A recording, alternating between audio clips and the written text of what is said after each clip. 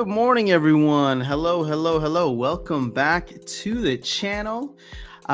We apologize there we had, for the delay. Had a little bit of a technical difficulties, but it looks like we are up and running on this fine Sunday morning. I am joined by the one, the only Darkestnyte. My friend, how are you doing? Doing great, man. Nice, quiet Sunday morning. Yeah, and so I know I told folks that Luthien was going to be able to join us today. Unfortunately, that did not work out. So hopefully we'll be able to get her on in the future. But yeah, hope everything goes well with her. I know she has a surgery coming up, so hope she's feeling all right and everything goes smoothly on that front. But let's go ahead and just check in with the chat real quick, who I know is getting a little impatient, so my bad. Good morning, Andrew Johnson, JP, International Travel Channel. So good to see you. Hey, Jackie, what's going on? Still stacking that Bitcoin, huh? Alex, I know, man. Sometimes it just happens. Mrs. Crypto Pen is here too. What's that? We'll take it out of your pay. We'll take it out of my pay. Yep, exactly.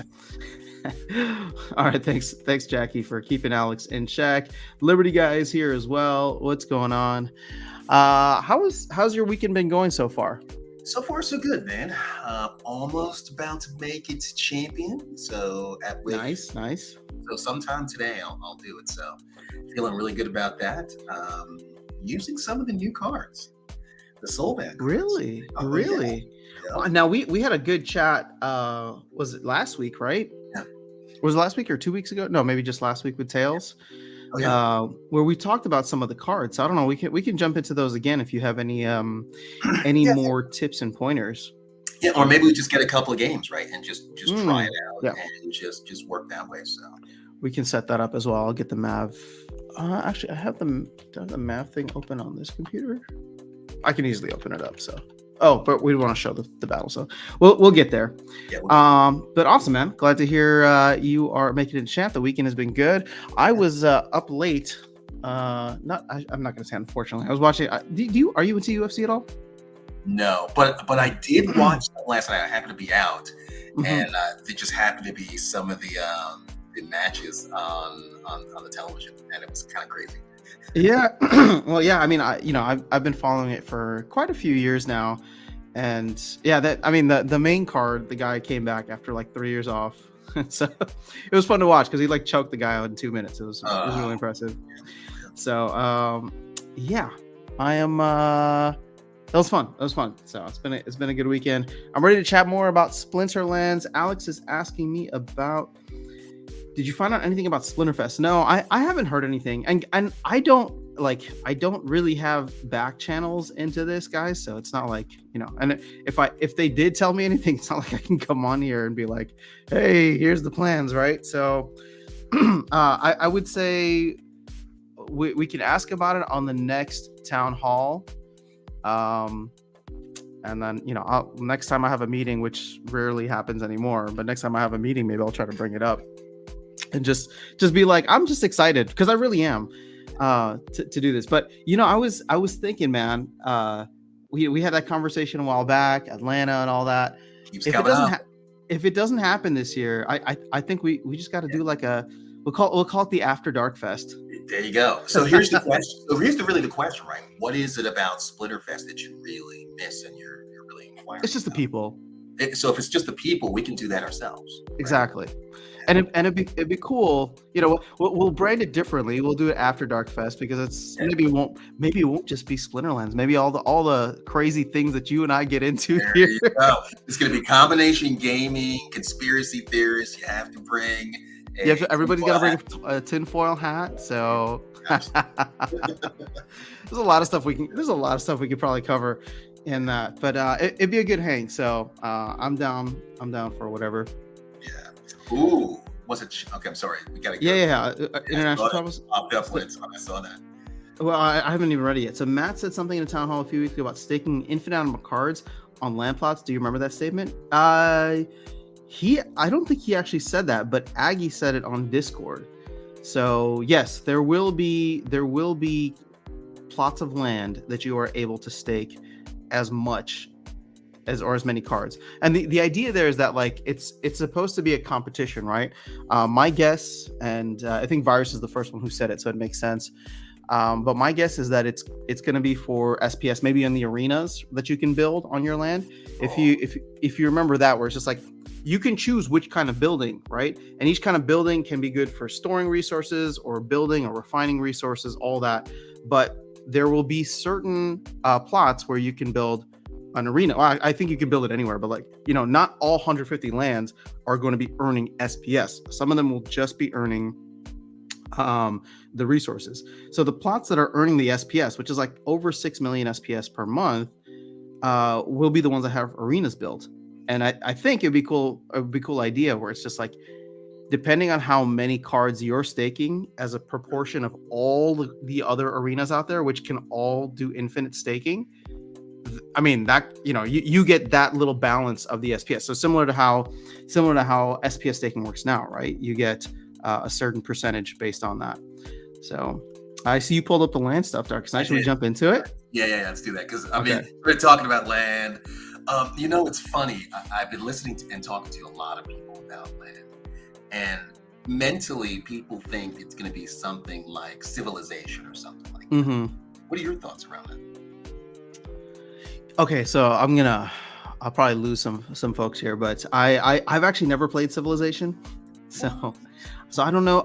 I mean, I played SimCity. Is it similar to SimCity? Yeah, it's similar kind of. Okay. Similar kind of. I mean, I think we'll get there. Like, I think if Splinterlands can keep on its trajectory, land could be what everybody's like envisioning it to be in like 10 years. You know what I mean?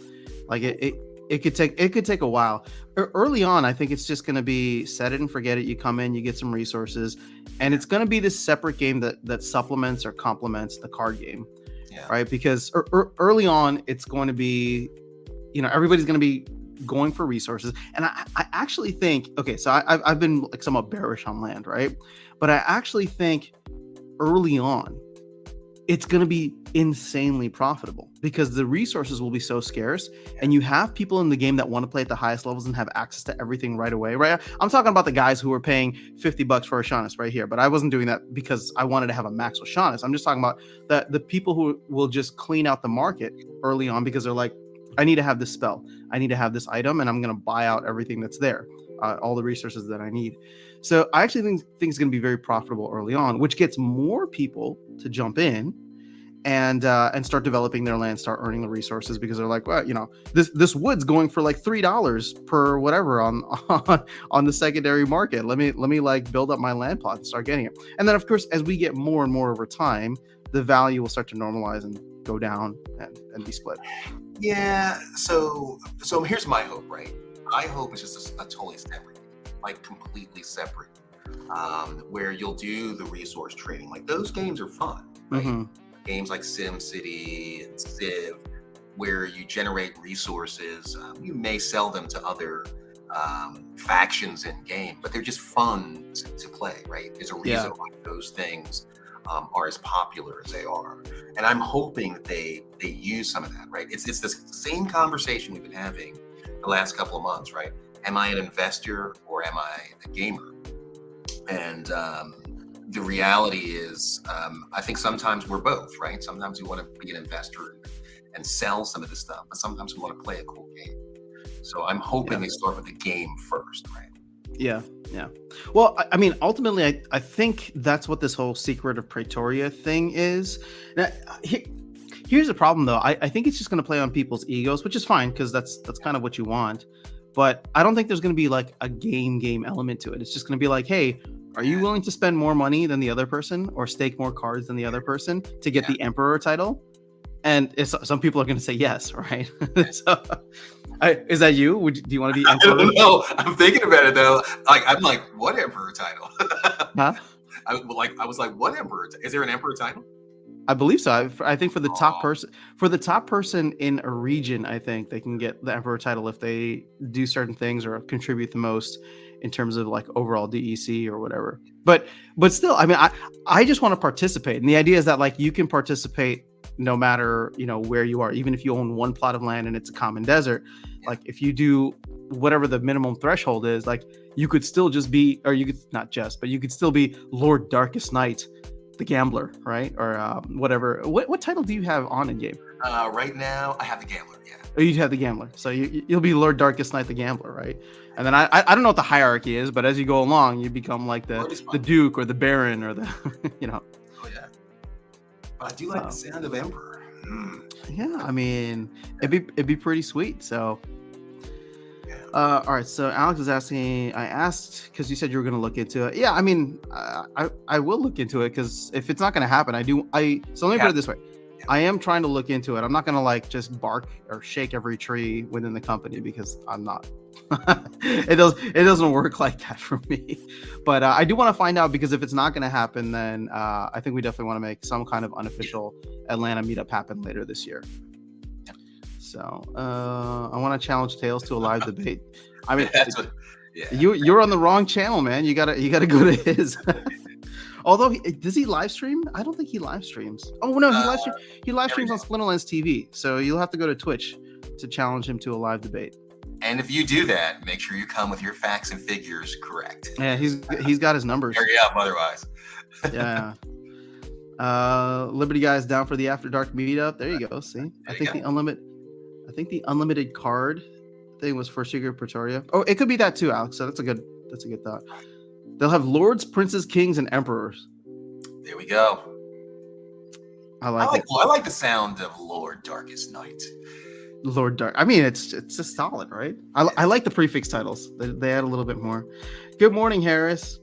Oh, he wants to debate at the meetup. It will be fun. Yeah. I mean, we'll all be there and live. Yeah. Or hey, we could start out, lose a match, take a shot, and then debate. I was literally just about to say it's going to be a drunken debate, knowing the way this part's going to go.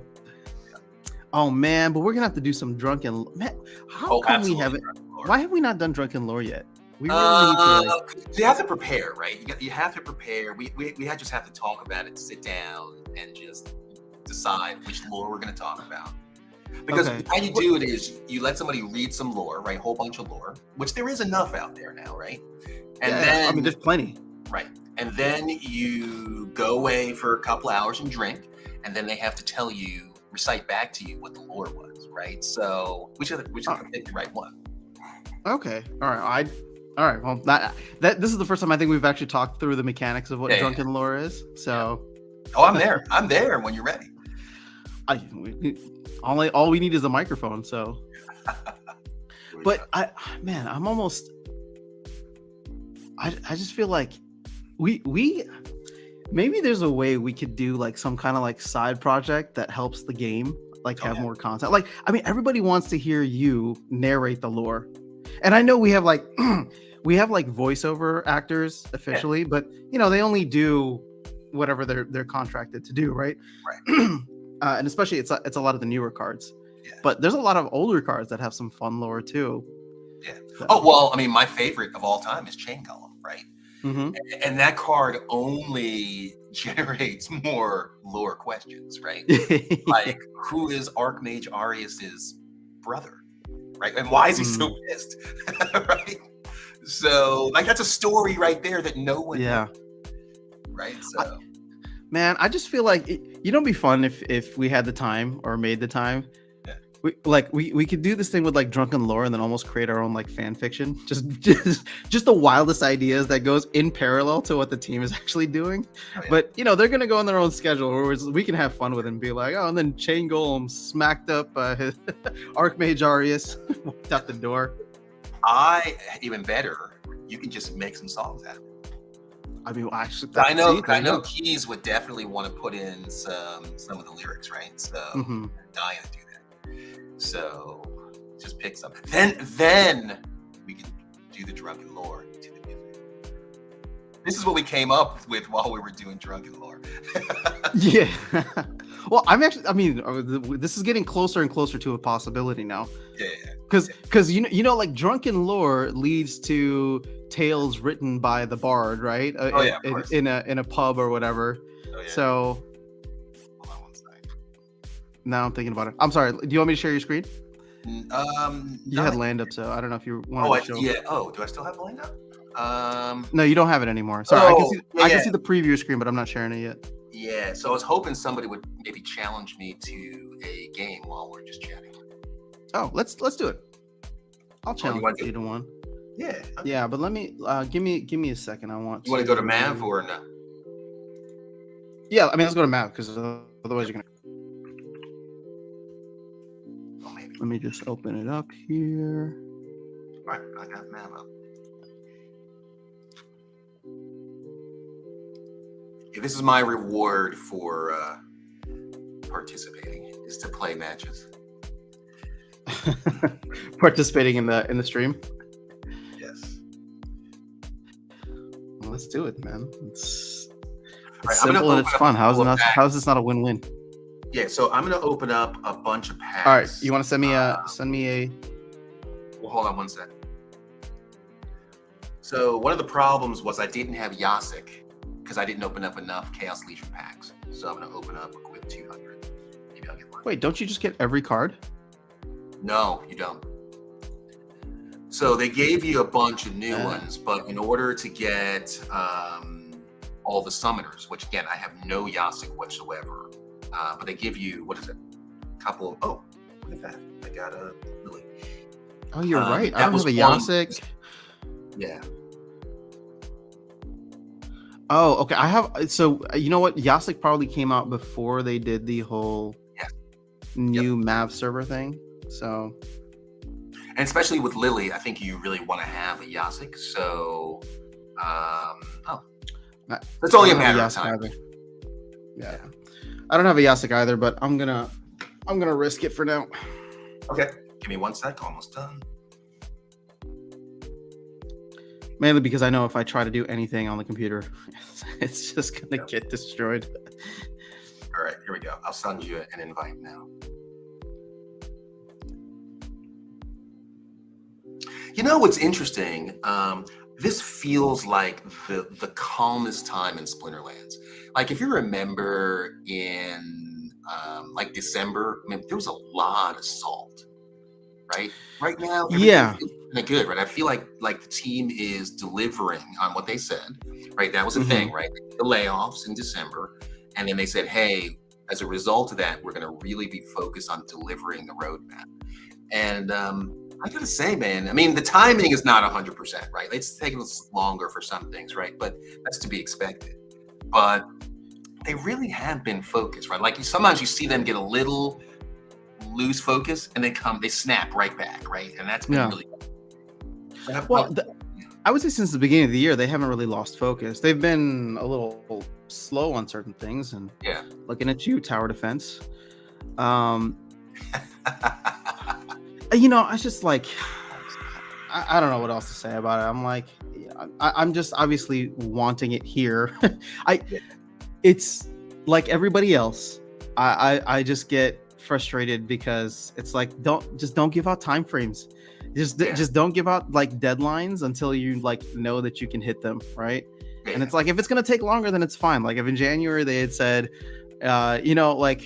I think in January they're like, we were shooting it for in January, but we're gonna have to push it to February. Like they said this at the end of January, and it's like if they had just told us then that like you're not gonna get this until Q2, everybody would have cried about it, but we wouldn't have been like waiting every week in the town halls to hear something about it, and then the entire month of February goes by. Yeah, see, but that's the thing though, right? I think we all know. I mean, it's development, right? I mean, how many times does a game that we've all played come out on time? Like it's so rare. It's like a thing. It could be a meme. No. Well, I mean, that's exactly the point that I'm trying to make. Is that I don't mind the delays as long as they're communicated. Where I think the community, and I consider myself a part of that too, gets frustrated is just being strung along every week or every couple of weeks, where it's just like it's coming, it's just around the corner. Right? We were getting those dev diaries saying that like closed beta is done, it's ready for you. Yeah. That was mid-February, so we're like almost 3 weeks past that now, and everybody's like, they haven't said anything about it over the last couple of town halls. All right, we'll just have some fun. Why not? All right, we're gonna see what's what. Ready? I'm ready. Oh wait, I haven't made my team yet. Oh my god. Well, I've submitted mine. Yeah, 46 seconds. Cool. We're gonna make this happen. Oh, hey, you know what? You're looking at a card there. I gotta tell you, Robo Drunken Knight with Lily. Great with Lily, right? At the high levels. Oh. I only have one BCX in my main account, so I will need to figure out how to get more of that. But I'm running out of time here. 19 seconds. Don't blame it on that as a reason why you lost. I spent too much time complaining. See, I was just saying we have no reason to complain about anything. Dude, I don't even know. Like, sure, why not? Why not pick you and you? Go, hit it, click it. No, we're good. Oh my god, dude. Boom. Boom. All right, fine. Oh, Battle of the Kitties. It's a cat fight. We're gonna see. All right. I want to look at this. All right, so you got a double heal situation going on here. You got the retaliate, so that's gonna suck. Oh my god, retaliate plus giant killer on 2 of my giants that are hitting you 4 times per turn. I think you're gonna wipe them out. You think I'm gonna wipe out Desert Dragon? Yes. No, I think I'm gonna get. I only need to get hit once by Desert Dragon to get him pretty much done. Let's see. Hit the rumble. Let's go. And you have what's this dude's name? Or Oshur with the. Sure. Interesting. Okay. So you do the same thing that I do. I can never remember Oshur's name. Well, I was trying to think of Resurrect, but rather the card. But you have Resurrect, so this is interesting. All right, shall we see who wins? Let's go. All right. Case of I think you're gonna wipe me out with the double attacks because you're gonna attack first.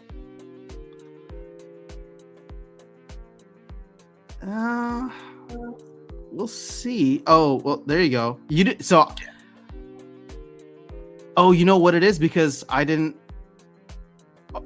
you didn't get any retaliate there. That sucks. It's not you literally 100%. If you retaliated.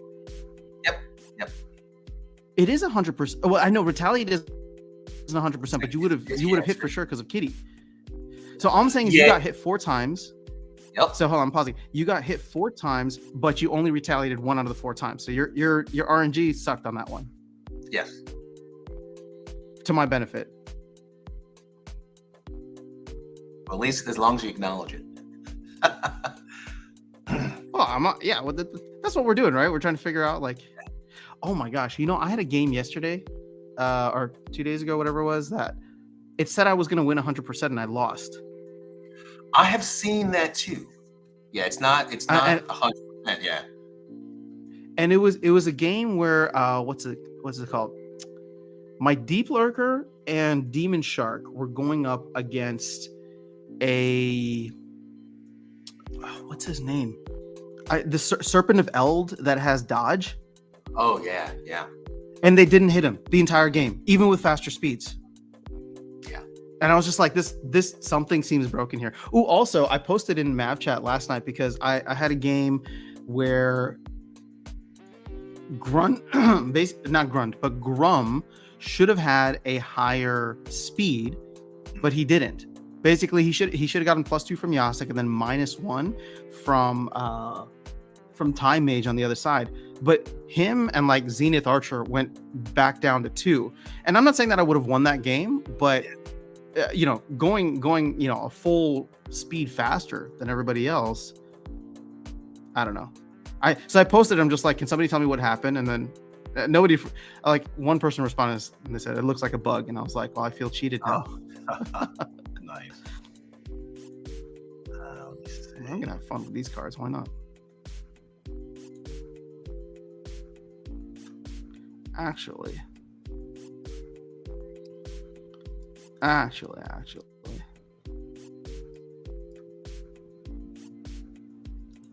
Dude, it's my music, man. I love it.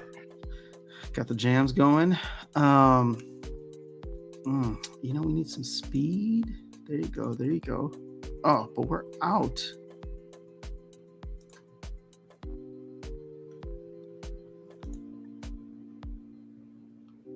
I actually think this is not a good move. Let's see here.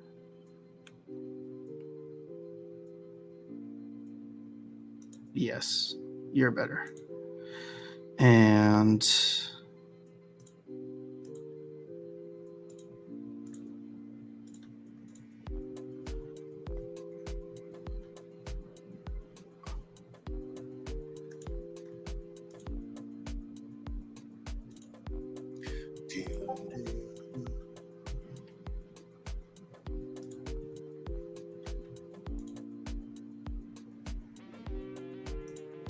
all right, I don't think my team is that great, but we'll see if You're gonna kill me. You think so? Yes. Actually, if you had left Elmo Cambio there, it'd have been even worse. See, you know what's funny? I thought about going with him first, actually, Valmore, but then I saw Yoda and I'm like, oh, I forgot this card exists. Yeah, and what's gonna get it? It's oh wait a minute, why don't you have reflection on your Well, this is no, what? Because it's no abilities. Oh, so yeah, I'm just relying on this dude. But your guy, well, he's faster. She's faster than anybody that I got. You're actually gonna rip through. Oh, but you know what? I think the blast is gonna help with everybody getting everybody getting Divine Shield. Yeah, I like using the map server just to play things I don't typically play, right? Even though I do play Valmore pretty much. You do play Valmore pretty regularly. Well, no, I think I'm still gonna win, but I wonder if it's gonna be no, it's pretty much done. So we've had now it looks like a month, right? So it's been a couple, been a week with having Lily. So what are your thoughts on some of the new summoners, right? I mean, I haven't used it yet. Really? Yeah. Well, so I need to grab one more BCX, but yeah, what are your thoughts with it? Well, I think they're pretty good, right? So, but not as what made Untamed so good is the cards were unbalanced, right? So we know the good ones, right? Yodin, Kid, they were completely not balanced. Even Llama, with Llama Kron was a bit ridiculous. Agreed. But with this set, depending on the cards you use with it, there's no clear winner, right? It's all situational. It's all based on rule set. It's super, super balanced. So. I agree. Chaos Legion seems to be very well balanced. We were talking about that a little bit a week ago or on last week's stream. So hey, give me a second. There's a bunch of chat, so let me go ahead and catch up on that real quick. We need to do the Drunken lore at the meetup for sure. Yeah, for sure. Well, I feel like there's something fun we could do with it just outside. All right. So Harry's asking, I know you like fantasy football. I do as well. How excited would you be if the team could secure NFL players for a game? That would be awesome. That is my hope because, again, one team, which is the organization that I think manages the MLSPA, NFLPA, and MLBPA, Major League Baseball, and the NFL.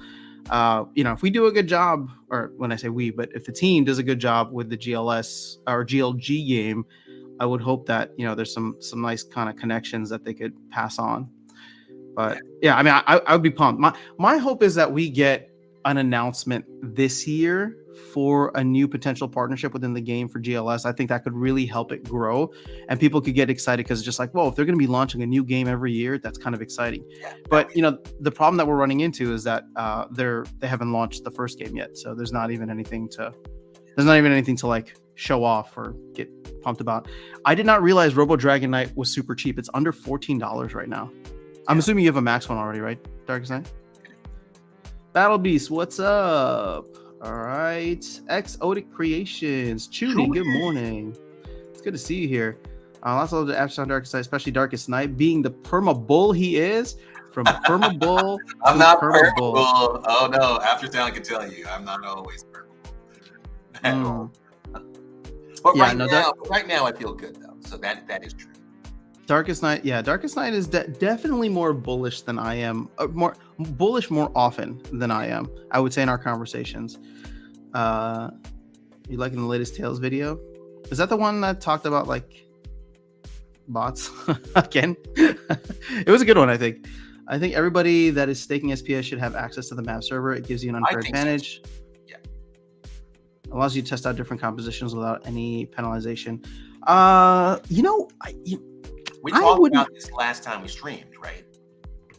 To give access like once a week, like Saturday nights from 8 to 12, and just everybody just jump in and play. That's something that I want to push for, and I don't know who to talk to. Oh my God, he's here. He's here.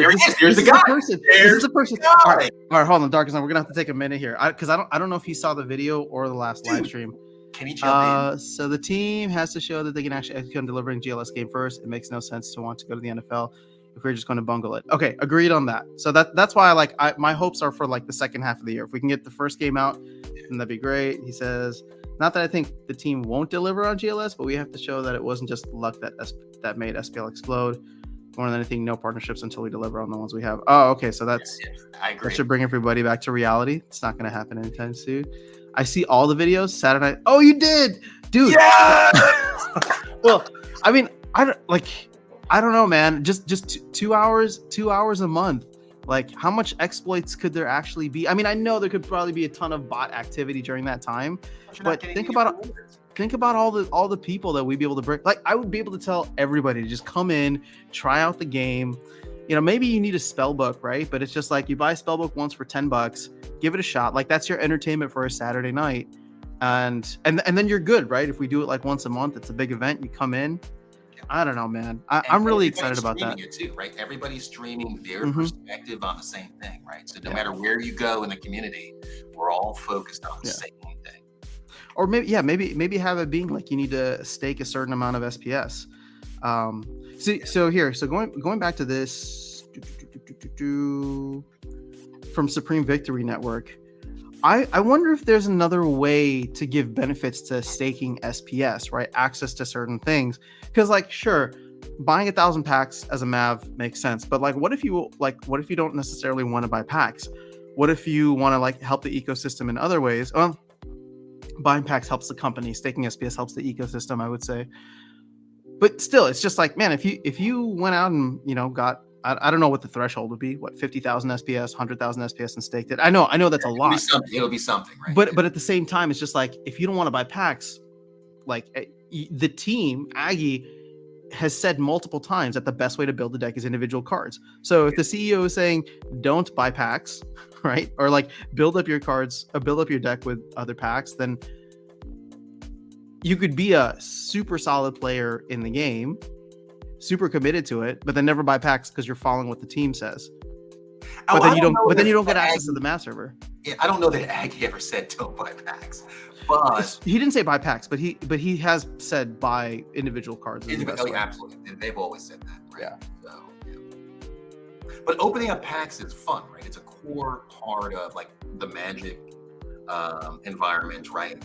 Whether you need cards or not, right? Just the fact of opening up a pack, seeing a gold foil this or some rare card that, it's like buying a lottery ticket, right? Yeah. Maybe, you don't need the money, right? But it sure is nice when it hits, right? Yeah, agreed. I don't know, man. I don't know. Just feel like there's so much that they can do. Obviously, that's not the focus or the priority right now, but I agreed. Yeah, I again, as long as somebody is out there talking, like if Weirdbeard heard the idea at some point in some leadership meeting, right? He's going to say, "Hey, I got an idea," and that's it, right? And then they talk about it, and even if it gets rejected, right, it's still a conversation, something that the community, I think, is asking for, right? Well, so my question, and this was your idea, Darkestnyte, which I want to give you credit for that. We have video evidence that you said it live on stream. I don't need credit.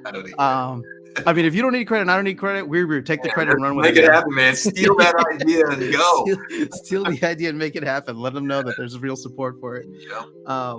But the infrastructure seems like it's there already, right? You have the Mavs SL. So my thought is just like, if there's just a simple button where it says like anybody with a Hive account can log in, but only those that have Mavs are able to use it when the button is flipped on, but then just turn the button off for 2 hours a month. Yeah, You see how technical I am? yeah, exactly. Flip it off for 2 hours a month. That shouldn't be too bad, right? I mean, I'll be honest, right? We enjoy playing maps, right? There's no benefit. We don't get any rewards, right? We're just having fun with the game. Yeah. Oh, Weirdbeard wants to hop on for a couple minutes. Let's do it. Cool. All right. Let me go ahead and send you the link, Weirdbeard. Would love to talk about more ghost card stuff. Yes.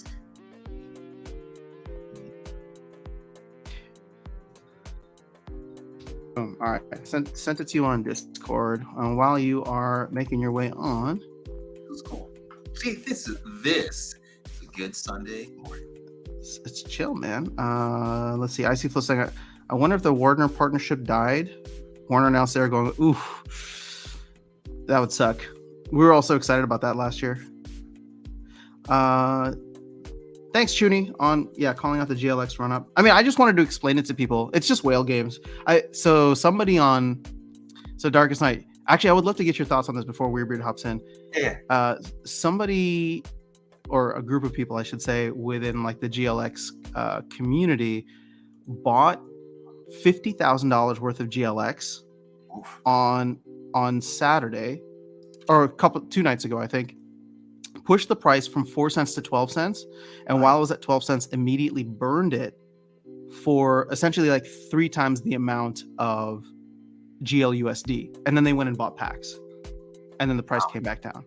So it's market manipulation, whale games, whatever you want to call it. Do you have any thoughts on that? I mean, they had an idea and they executed, right? Yeah. I don't. Do I think it's unethical or anything like that? Absolutely not. Right, that's the nature of the cryptocurrency we use, right? I wish I had known. that's really the only thing I can say, right? Because you know what I do, right? I take my staking, I move it over to my Hive wallet, and I convert it, right? So half I stake, half I take as profit, and I just wish I'd known what was happening. Yeah. Or that someone, did you know what was happening when you sold at 12 cents? No, so I missed it. I think it happened Friday night, and I just wasn't like, I wasn't paying attention. I might have been passed out already by that point. Yep. So so they waited till everyone went to sleep, and then they did it, right? It's just math at the end of the day, right? Like the market is so small right now that you only need to put in X amount of dollars to move the price that much. They executed it well. My issue isn't the team, or not the team, but isn't that the group of people did it. My issue is the fact that they were able to do it because we don't have enough like liquidity in the space, and they haven't set up the LPs and all that. So, all right, drum roll, please, everyone. We got the one, the only Weirdbeard in the house. What's happening, man? Hello. Can you guys hear me? Yes. Loud and clear. Good morning. Right. I apologize for looking like shit. I was doing dishes while listening. Bro, you're wearing a button-down shirt. Like we're kind of like halfway still in our pajamas. So. Yeah, well, you can't. Halfway. Hold on. I was gonna say. There we go. I wasn't gonna call you out. It's pajama time. So I did wear jeans because it felt like I'd be more professional. But it's a classy event when you have to wear jeans.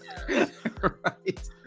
All right, man. Well, welcome on, dude. It's good to talk to you again, and I want to give you the floor because I know you had some stuff you wanted to talk about. Okay, first I want to say I hear and watch everybody's videos. Whether or not I respond publicly to them is a different story. Fair. But okay. I definitely check out all kinds of stuff because that's like, again, even if I don't take or give credit, I'm not stealing ideas, but it's a lot of it. No, please steal them all. Like, we put them out there so that they can be put into the game, and you're the only one listening. Yeah, exactly. It's idea synthesis, right? Like, it's not supposed to be my ideas. I'm just here to make ideas happen. They're not like Weirdbeard's ideas. But so here's my idea for tournament league, right? So it's not tournaments, but kind of. It's what I want to do is foster sort of like a Friday Night Magic style to where you pay to get in, whatever that fee is, whether it's some DEC or something like that. I don't know exactly the mechanics of like entry yet, but it would be to where it's a season everybody starts with only ghost card starter cards, and you get packs that you don't actually own. They're just for this like ghost card style competition. After every X number of wins. So every time you win 10 battles against anybody in this league, you get a pack to be able to open and add to your deck, and then add to your deck, and add to your deck. And as you win, the number for packs increases, meaning like if you had to win 10 this time, next time you have to win 15 times, and then you get another pack, and then it's 20 times, you get another pack, and it goes on for X number of like days or weeks, maybe it's like a month and a half, 2 months, and then at the end, that's when the prizing comes from, and it's just like, hey, top 20 get these prizes and everything like that. But it's just literally rebuilding a deck every single time and getting access to all this stuff, and it doesn't mess with the economy because it's all self-contained, right? But it's way more supposed to be for people to get in there and just play with stuff. Like, again, that's the number one incentive, is to get them to understand, so that if they unbox something that's really, really cool in this like totally ghost card, free to play mode, then all of a sudden they go, oh, I gotta buy it. I gotta go out there and spend real money on this and be able to do this. Because again, it's like my big conversation that hold on, actually, I'll share some alpha right now. VP. All right. Let me get my screen out of the way here. And all right, I gotta present. Oh my god. Here we go. All right. Can I add? Yeah. So this is from a presentation that went out to leadership on Friday, right? And I did this, so I get to, it's mine. More than anything else, we recently held some NDA events that you two actually attended. I appreciate you guys being there. And part of what we did was great. We had over 100 people attend these two events that we had. And we did surveys that like polled players. Now, the player base that we actually talked to, they were like an average of 18 months in the ecosystem. The plurality, meaning not over 50%, but over 35% of the people that were in attendance had spent between $25,000 and $1 million in this game. So they were not just like tiny itty bitty people. There was a lot of whales that were in the room. The conclusion of all the data that we pulled from the survey is this: what do our players want? They want more game focus. They want less rush releases, better communication and planning, fewer tokenomic plays, a major overhaul to the new player experience, and better community involvement and ideating. And this is one of those things that I think touches on that, to where, players want to be able to play the game. The constant putting up roadblocks to get into stuff is a very Web3 notion. To be like, here's gate 1, and then once you get over gate 1, then you have to work up to gate 2, and then you get over gate 2, and that's not how it works in gaming. In most Web 2 or even just gaming spaces, it's about opening as much up to as many people as possible, and then continuing to try to keep them in the ecosystem. Like, it's way less of a box them out. It's how do we get all the bodies in here and then keep them here for as long as we possibly can. And I really think that like a mode that highlights, and even if it's not like an all the time, hey, you can just play whenever, right? Like, I see the league thing that I'm talking about with the ghost cards and whatnot, as like, maybe, hey, Friday and Saturday nights from this time period to this time period is the only time that those battles can happen, right? Make it a very box specific event, so that, it's again, an event. It's supposed to be like, oh, this is not how it usually is. And it's got to be fun, and we're going to get excited about it, as opposed to just like, oh yeah, I can log on whenever and just play with cards that I don't own. And it is what it is. Like, make it special, but you can do that without having to constantly, I don't want to say worry about the economy, because the economy is very important, but it's like a beast in and of itself, right? Like there's so many other things that go into that I don't think having a place that's like, hey, on Fridays and Saturdays, everybody gets together to try to build their ghost card decks, you know what I mean, that they're playing with. I think it could do something. to be honest. Yeah, well, I mean, there's still ways that you could gate it appropriately, right? Ask people to stake a minimum amount of like SPS. Again, nothing that's like super high, but something that would represent, at least prices now would represent like what is your usual Saturday night or weekend kind of entertainment fee, right? Or entertainment budget. So instead of going to a movie or something, you buy like what I think it's 1,000 SPS, like $30. So maybe you do like 500 SPS for people to just come in. Like, again, I'm not saying that I have the right idea right now. I'm just saying for people who are worried about the economy, there's ways to implement it in without using it as an excuse to not do it. Yes, exactly. Like you cannot constantly say like, oh, well, there are possibilities of bad results on it. And it's like, I okay. But also not reaching out to new players is much larger of an issue, or, you know what I mean? Like, people aren't going to stick around in a game that they just aren't having fun in, period. Like, it doesn't matter what it is. And I think that like, if we flash back to like what it was October of last year, like after Splinterfest, and then into November when the layoffs happened, everybody was very, very upset. There's a lot of people that were not happy whatsoever. Sentiment has changed a little bit right now. I would say the things that I point to the most that have had the biggest like impact on how players feel about the game are not the tokenomics changes. It hasn't been deck B that all of a sudden the community is like feeling better because of. It's not because, they go, oh, well, we're going to do these economic things or these things with the tokens, blah, blah, blah, blah. No.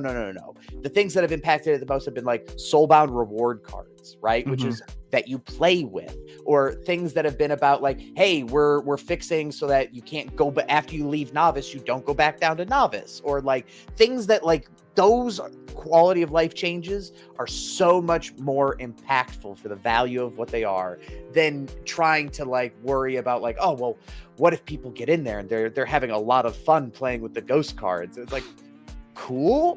It's what you want, right? Yeah. No, I'm all for like, I can understand you don't want to devalue assets, but it's just like I would rather have a million people playing the free-to-play version, telling their friends about it because they're having so much fun, than that not being the case at all, right? Like, there's some people who are just not going to invest into Web3, into crypto games, like for whatever reason. And it's like, well, you can still reach them on like the Web2 side by just having a fun game that can be the funnel or like the we'll call it the gateway drug, right? For those who actually do want to come into the space. So I mean, if you're doing something like Saturday night, Splinterlands, right? If I'm telling my friends that we're going to play this game, but there's a staking requirement, I'm going to stake it for them, right? I mean, that's all I'm going to do, right? Hey, I'm going to cover your stake. We're going to have a great time playing these cards. And as collectors, right, one of the big things to remember, this is a collectible card game. Most people build desire for certain assets by seeing them, right? Yeah. Like you play with a card, you like the artwork, and you just have to have it. Yeah, right? And however you have to get it, you want it, right? Yeah, the other thing too that goes with this is that like it has to be, as Icy Flow commented, like it has to be on mobile. We have to put something like this on mobile, even if it's done through the app. Whatever has to be done. It has to be done with an outreach mindset of like taking you inside how the hot dog is made, in what we're actually doing in the company. It feels like a lot of the plays that we've done have been focused on trying to raise value and raise retention of current players, meaning like, hey, who are the people that are already here? And then we neglect everybody else that's out there. Like it's the conversation about, oh, well, 95% of our traffic currently comes through the desktop and only 5% through mobile. But then you go, well, is it because the mobile? I think I've said this 5 million times. It feels like because the mobile experience sucks, and so people don't go there, and they're not directed to go there. They're told when they're introduced to the game, "Hey, don't go to the mobile experience. It's really bad. You need to go to the play on desktop." And everything. So I feel like even making it so that it's like this is like, we have to develop these things with mobile first in mind, and outreach to new players that would not necessarily or normally be invested or be involved in it. Mm-hmm. No, I agree 100%. And this list here is great, right? Like, I feel like I helped make this list. Yes. The fewer tokenomic plays, like, I love that. Just let me play the game. It's true. Exactly. Like, I mean, I think we overcomplicate it. Like, I think because Web3 people are smart in general, that they get in their own fucking way. Excuse me, I can't say that. They get in their own freaking way to where, like, they think that it needs to be more complicated to convey value to people. And that's not what it is, right? Like, it's like, people just want to come and play the game. There are people who are just very tokenomic and like economy focused, and they're great, but they will always be a subset of a subset of a subset within the larger player base as a whole. You know, and I think, like, it's the issue that I've run into when it comes to tournaments, where it's like, tournament players are a fraction of the overall everybody, players. And so I continue to, like, invest my energy and effort into developing new tournament stuff. And we do have new tournament stuff on the horizon, but it's like, until we solve the root issue of how we get people in the door, it doesn't matter what you do with tournaments. It doesn't matter what you do with ranked play. It doesn't matter what you do with the market until you have that, like, top of funnel. How do we get people in here and then not have them gone within a week? It doesn't matter. It literally is, peanuts at that point. Yeah, no, I agree 100%. So a week ago, Darkestnyte and I and Tales from the Cryptmancer were here. There was just something about the fact that, like, we spent, I don't know, maybe 30, 45 minutes, an hour, like, you guys were just doing the challenge battles. And that was just fun for us, right? Nobody earned anything. And it was just like, so I said this last week, and I'll say it again in the context of this conversation. Like, at the end of the day, I'm all about, like, the tokenomics plays, and I love the game economy. But what I think sets Splinterlands apart is that there's a great tokenomics design, right? Or at least focus on it from the team. And there's also a great game. A lot of other projects don't have both of those kind of firing on all cylinders. But I think what people feel is that there's too much focus on the tokenomics and not as much on the game. And it's just like, if you just put the game in the hands of people, this thing could fly. And again, I'm not saying that from, like, SPS is going to go to the moon, or the asset values are going to go to the moon, but I have to imagine, if the game is good, people are willing to play it for fun. We do these types of events or types of projects, the ghost card thing that you had, where you just bring people in to play the game for the game itself. That is the funnel that you're talking about. You got to reach the people who will find the game interesting first, and then come in through, and then come into the rest of the economy, whatever, through that. Because once they realize they can once they realize they're good, and then they realize they can earn. Yeah, then they'll come through. Now, the opposite happened, I would say, 18 months ago or 2 years ago with the bull run, where everybody realized they could earn, and they were just okay with a mediocre game experience compared to Web 2, and, like, a lot of the top trading card games out there are just, Web 2 games in general. So we kind of, like, we're in a bear market now, so we kind of have to flip the paradigm, where it's just like, get people in because the game is awesome, and then once they realize they can earn, it's like, well, I would rather be doing this than play Hearthstone or Magic or even, like, other different types of games. Yeah, I mean, that's why it's like more game focus, more developing it into a game. You have to do the basic necessary steps. Like, if this had no play to earn component to it whatsoever, like, you would see a lot of our focus being on these different things, right? Like, if we took away the monetary aspects of it, which is like, obviously a thought experiment, it's not reality of where we're at, but you would go, we're an indie game company, and we go, oh wow, we really have no new player experience. That needs to be, like, now, like please, we need to do this. Or, like, we want people to see what these cards are like before we ask them to buy packs and do these different things. And it's so hard to just, like, currently go out in the world and sell this game, which is not what you want from your main product, right? Yeah. Like, we want to be able to put in these new things that get people excited and have them, like you said, flocking here and telling their friends and be like, oh my god, I can't believe this.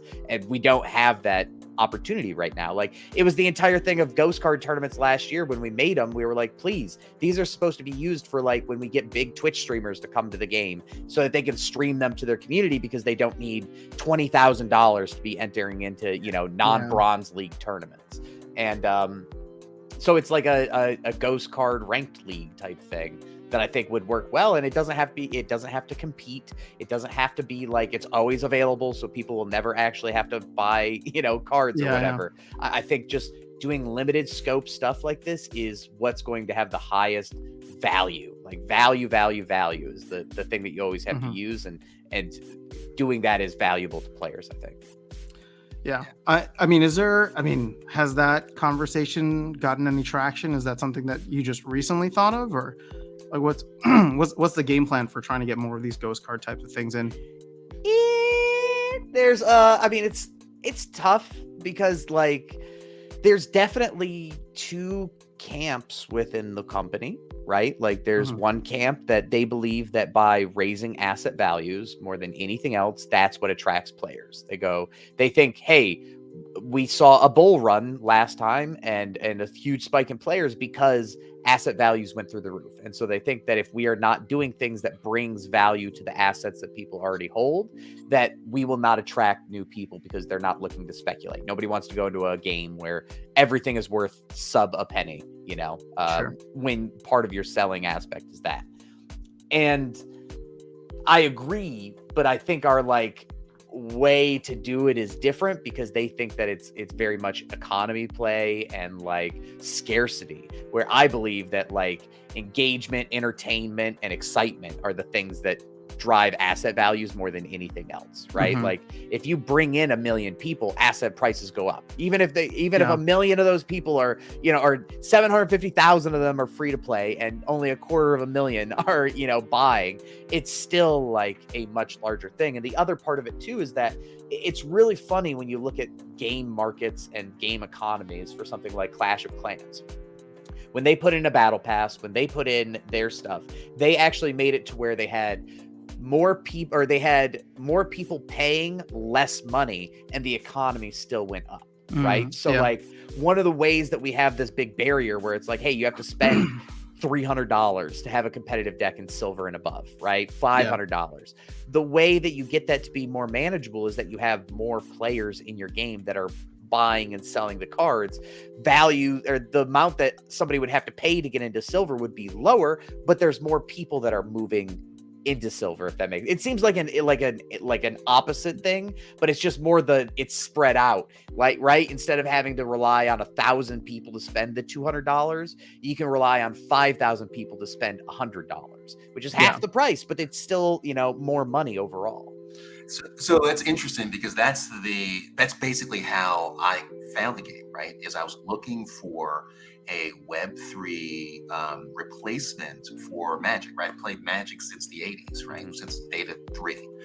And I think it's both, right? The game was good to play. The cards looked great, you know, even better now. And at the end of the day, I like the fact that card values can go up, but it's not because I'm going to sell them. I've only ever sold one card before, right? Yeah. Hold on, I'll be back. I forgot something in the oven. Hold on 1 second for me. So that's actually pretty funny. So what for me, card values going up is a competitive advantage. Yeah. Right? Because I know that if I've invested in these cards early when they were cheap, when they become expensive, the average player is not going to have them. And so then I'll have an advantage at some point in the future. Yeah. And that was the mentality that I had from the very beginning, right? It's one of the reasons why I bought Archmage Artist, right? There was no other card that added +1 to every offensive damage. And there were only 87 of them. So again, it wasn't because, even for the flex, even though that's what it is now, a little bit, it was because it was a competitive advantage. And it won, right? Back in the day, that card won quite a bit. So I have a question for you, or actually anybody in the chat. Did you ever play MTG Arena or Hearthstone, Yeah. like the online I play versions? now. Yeah, I play now. How does that work? Is it like a monthly subscription? Is it a So you you have to buy buy packs. packs? Yes, buy Okay. packs. You always own the packs. But they do the same thing they do in the real card version, right? You have seasons Mhm. for like a battle. They have battle passes, but they also rotate out cards, right? So you have a standard rule set, which will be the most modern cards. Then you have one that's called modern, right, which are the older cards that have been rotated out. You have legacy, which are super old cards that are super expensive. Um, so they have these different modes of playing, right? And Splinterlands kind of does the same thing too, right? When Yeah. Rebellion comes out, we'll rotate into what would be, I'm putting quotes, a standard version. Sure. And the older cards will rotate out, right? But that's something we're all kind of used to. It always stings when it happens, but then you just adjust to the new meta and you keep playing. So I have one other slide that I'll share. Yeah.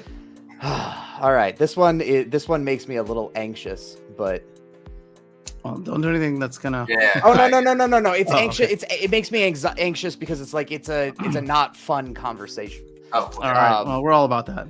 But it's like these are what are the biggest mistakes Splinterlands is making, and if you really. This is words from the babe mouth. You know what I mean? Like, I'm not doing this. But if you look in here, a lot of it is asking for like chasing the high of 2021 SPS launch with tokenomics being what feels to be the main focal point. Tokenomics, not enough game focus. Failing to focus on the new player experience. Thus, we have terrible retention. Things are rushed, lacking mobile aspect, focusing near exclusively on tokenomics. Like, a lot of it is a hesitancy to go, hey, we see what's working in Web 2 stuff, but it's Web 2, so we can't do it. But if you look at it, like the global gaming market for Web 2 games is in the billions of dollars. Yeah. Billions, not like a small, we barely eked into $1 billion. It's straight like, you know what I mean? Like a lot of money. And you don't have to do Web 2 exclusive stuff. It's not like, hey, we're going to take and go the magic route and lock everybody's cards behind a specific account. Sure. And you can never do that. But it's like, it just feels like the future of Web 3, pay to earn, play to earn, like P2E, whatever title you want to give to gaming in this space, right? The future of it is a molded hybrid of Web 3 and Web 2 initiatives and finding what works from both of them. Like, that's going to be the thing that more than anything else pops and works for players, because it's Web 2 exclusively doesn't work for players right now. Like, you have to acknowledge that in the same breath as saying Web 3 stuff is also not, you know what I mean? It didn't catch. If it did, we'd see all games doing Web 3 exclusive stuff. Yeah. Right.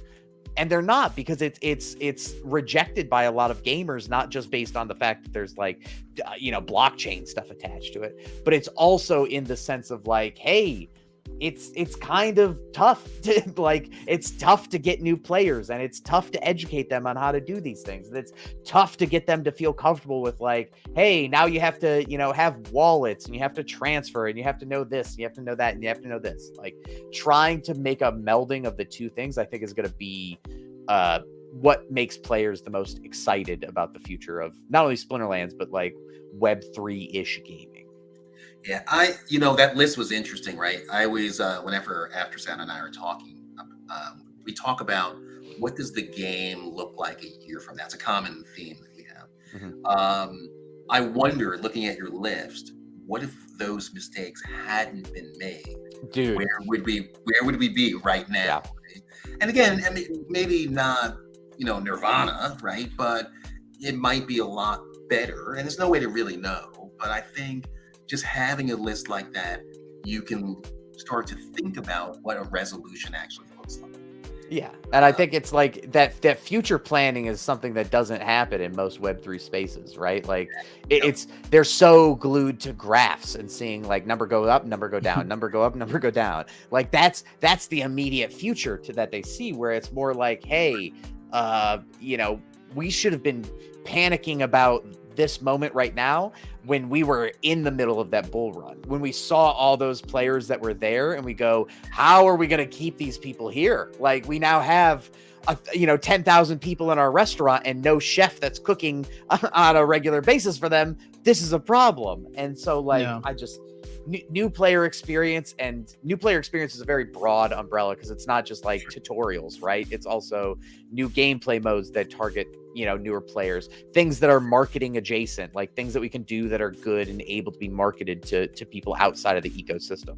It also mentions like ease of use and making it so that the game inside is easier to understand and comprehend outside of tutorials, and updating the UX UI so when somebody comes to our homepage, they're not scared away by, like what the homepage currently looks like. All that stuff is just like, it feels like things like a Saturday Night Splinterlands can support and can, you know what I mean? Like it touches on all of those different threads that I've just been complaining about for the past, 15, 20 minutes. So I appreciate you letting me do that. But yeah, like I think anything and everything that we can do that isn't like, I never want to advocate for just here's free cards for everybody, because that's not how you build a game, right? Like you still have a model to it, but ignoring the ability for people to jump in feet first that are passionate and excited about it is like at your own detriment, I think, more than anything else.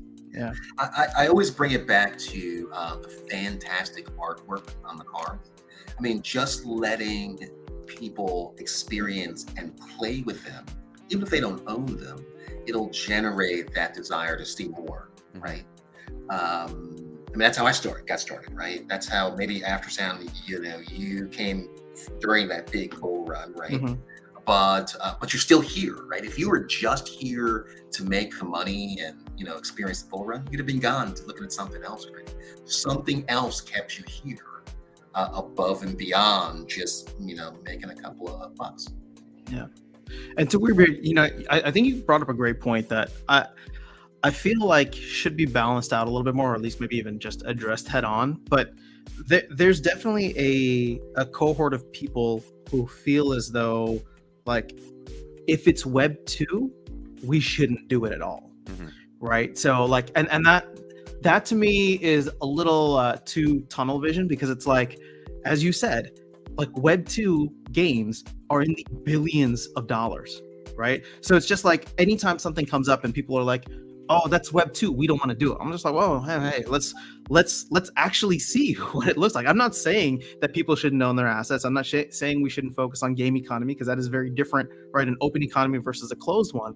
But it's just like, if something is successful in Web 2, we should probably take an objective, critical eye to it and be like, can we do this? Is there a way to do it? Rather than just say, it's Web 2, like, we're beyond that, right? Yeah. We're Web 3. And I'm just like, we're not, like, Web 3 is not established. Do you want to take a stab at what do you think the video game market size in the United States in 2022 was? I don't think I can count that high, so I won't even guess. $20 billion. $97.67 billion in the United States alone. You go to somewhere like China, you go to somewhere like Korea, you go to, you know what I mean? You go somewhere like Japan that has Nintendo inside of it. Like, I think it's so insane. And like, there are definitely going to be a lot of like maxis that do not like me because I'm, you know what I mean? It seems like I'm shilling for Web 2 stuff. And it's like, no, I just want a cut of that pie. Like, I want us to be able to offer an alternative. And it's like, internally, I've had conversations where I say, right now, if we were a restaurant, we're doing the thing that, like, if you open a vegan restaurant, you go, no, everything needs to be vegan. It's only vegan. It's the only thing you can do. That's what we have to do. And then you go, why aren't we having all these customers? And it's like, well, maybe not everybody is totally vegan. Maybe they come in and they want to try a vegan dish, but then they also kind of want some of the stuff that they already like, right? So like, you don't have to do hamburgers up and down the menu, but why can't you do a vegan menu that also has some non-vegan items to attract, like, if their vegan friends bring somebody that, eats meat or anything like that. And that's what I want. I want the ability to attract people from that Darkestnyte has, his friends that he brings in that are like Magic players. And you cannot just have nothing on the menu for them. It doesn't have to be the majority of the menu. It doesn't have to be like half the menu. It doesn't have to be any of it. Just something to be able to grab them and hold them until they go, you know what, vegan dishes aren't that bad. Maybe I could try one the next time. I'm never going to say that. So I think the takeaway from this entire conversation is Web3 equals veganism. Yes. Run with that. You know what? I mean, I'll tell you. I mean, I still play. I mean, literally 5 minutes before this stream, I was playing, you know, Web2 games, right? I play older ones, right? I'm still playing Stellaris, was released 7 years ago. Yep. Right? I play every day, almost all day. You know, StarCraft 2, right? I mean, those are classic Web2 games, right? And they have loyal followings, right? That don't appear to be going down. If anything, they keep going up, right? Well, it's the other thing I mean, I don't want to talk just straight gaming. You guys are having a great discussion here, and I don't want to just like jump in on it. But gamers, man. There's no agenda here, Weirdbeard. So wherever the conversation leads, don't censor yourself. Like if you go and talk to like the gaming industry right now, the games that are struggling the most are live service games as a service. Things like I don't know if you ever heard of Knockout City, right? That was like a AAA title released by EA that was dodgeball. So it was like a 3-on-3 dodgeball game that was really fun, and it was cool, and it was different. It lasted 4 months. Rumbleverse was a battle royale game that instead of having guns, you were wrestlers and you would get different wrestling moves. And like, so you'd compete as a battle royale, but it was like a spin on the genre, right? A lot of fun. It went down in flames. Marvel's Guardians of the Galaxy, when that was released, right? Not the story mode one. Sorry, it wasn't Guardians of the Galaxy. It was the Avengers one. Okay. Guardians of the Galaxy was the good one. Avengers was the live service one. That was done by Square Enix. Went up in flames because they couldn't, like, they are building on sandcastles by trying to say like, oh, live service only works if you have like 1 million people playing on a consistent basis, right? And that's what I worry about, is because Web3 seems to be closer to games as a service than games that have a service in it. And it's very tough to, like, when your game only functions because you have X number of people in there playing and upholding the ecosystem and doing all these other things, it makes it so that you're so much you're focused on feeding the beast of keeping players coming in and trying to get them to stay there, that you never pay attention to that underlying game, because it alienates too many people, because you have to zero in and talk to only the hardcore people to begin with, right? It's why you see all these games that are launching and shutting down 6 months later. Even though Destiny 2 is a game that is derided, people hate Destiny 2. There's so much garbage in it. Even the people that play Destiny 2 don't like Destiny 2. It is still up and running and kicking, whereas something like Anthem, that was put out by EA as a competitor to Destiny, lasted a year and change, was because it's the difference between, again, a game with a service and games as a service. And like, I don't know. It's very much say that, like, we need to be able to learn lessons from Web 2. We need to see what they're doing wrong, but also there are things that they are doing correct. And it's ignorant to say like, oh, there's nothing that can be learned from Web 2 and what we're doing to be able to make successful, right? Like, I think there's so many, even if you look at Hearthstone, right? Like, I am so frustrated with the discourse within Splinterlands, because there is almost no conversation about other trading card games. There is a little bit of Magic discussion, very little Hearthstone discussion. When Marvel Snap came and went, there was no discussion within it except for a handful of people. I don't know why we don't just, like, as a community, focus on the other TCGs and go, here's everything they're doing right, here's everything they're doing wrong, and how we can fix it, go do it. We don't have to have the same tokenomics and getting DEC to peg questions and conversations every day. We don't. It's pointless to me. But we never have, like, analytical looks at what is this game compared to the other TCGs, and what can we do to beat them at their own game. That's a really good point. Like, it's so frustrating, because, like, I know I'm with you on that. I don't think that it's like it's gonna exist on a spectrum for a while. Yeah, it's going to exist on a spectrum for a while, right? So I think we need to pick and choose the things that are successful, and then build it with a Web3 context in mind. But there's no just like immediate step. We don't go from Web 2 to Web 3. There's going to be a 2.1, 2.2, 2.5. Mm-hmm. So I'm with you on that, man. You want to check your comments? I'm sure there's a lot of questions for Weirdbeard. Sure. Yeah. Thanks for the reminder. I've been looking through here. If anybody You don't mind has you, specific Weirdbeard? questions for Weirdbeard. A lot of people are saying sit and go tournaments, Weirdbeard, are things that could potentially have more engagement. I do have a question. Hold on, Go let me just respond to that. Is like, again, I feel like yes, but that effort should be put towards the larger endemic problems to start with. I think that it can attract people. I know that like there's a lot of poker players who love sit and go tournaments, and like that's their thing that they get into. And I'm for that, but I feel like again, you still need to get over the hump of staking and having cards and getting cards and like all that other stuff. I want to fix that first before we blow up, tournaments in general, let alone sit and go tournaments, because they are valuable and beneficial to players who do play tournaments. But as people throw in my face all the time, the number of people who play tournaments of our whole ecosystem is a fraction, you know what I mean, of what, regular players are, unfortunately, which sucks. Cause like, again, my name is esports and tournaments, right? Like I want the number to be bigger.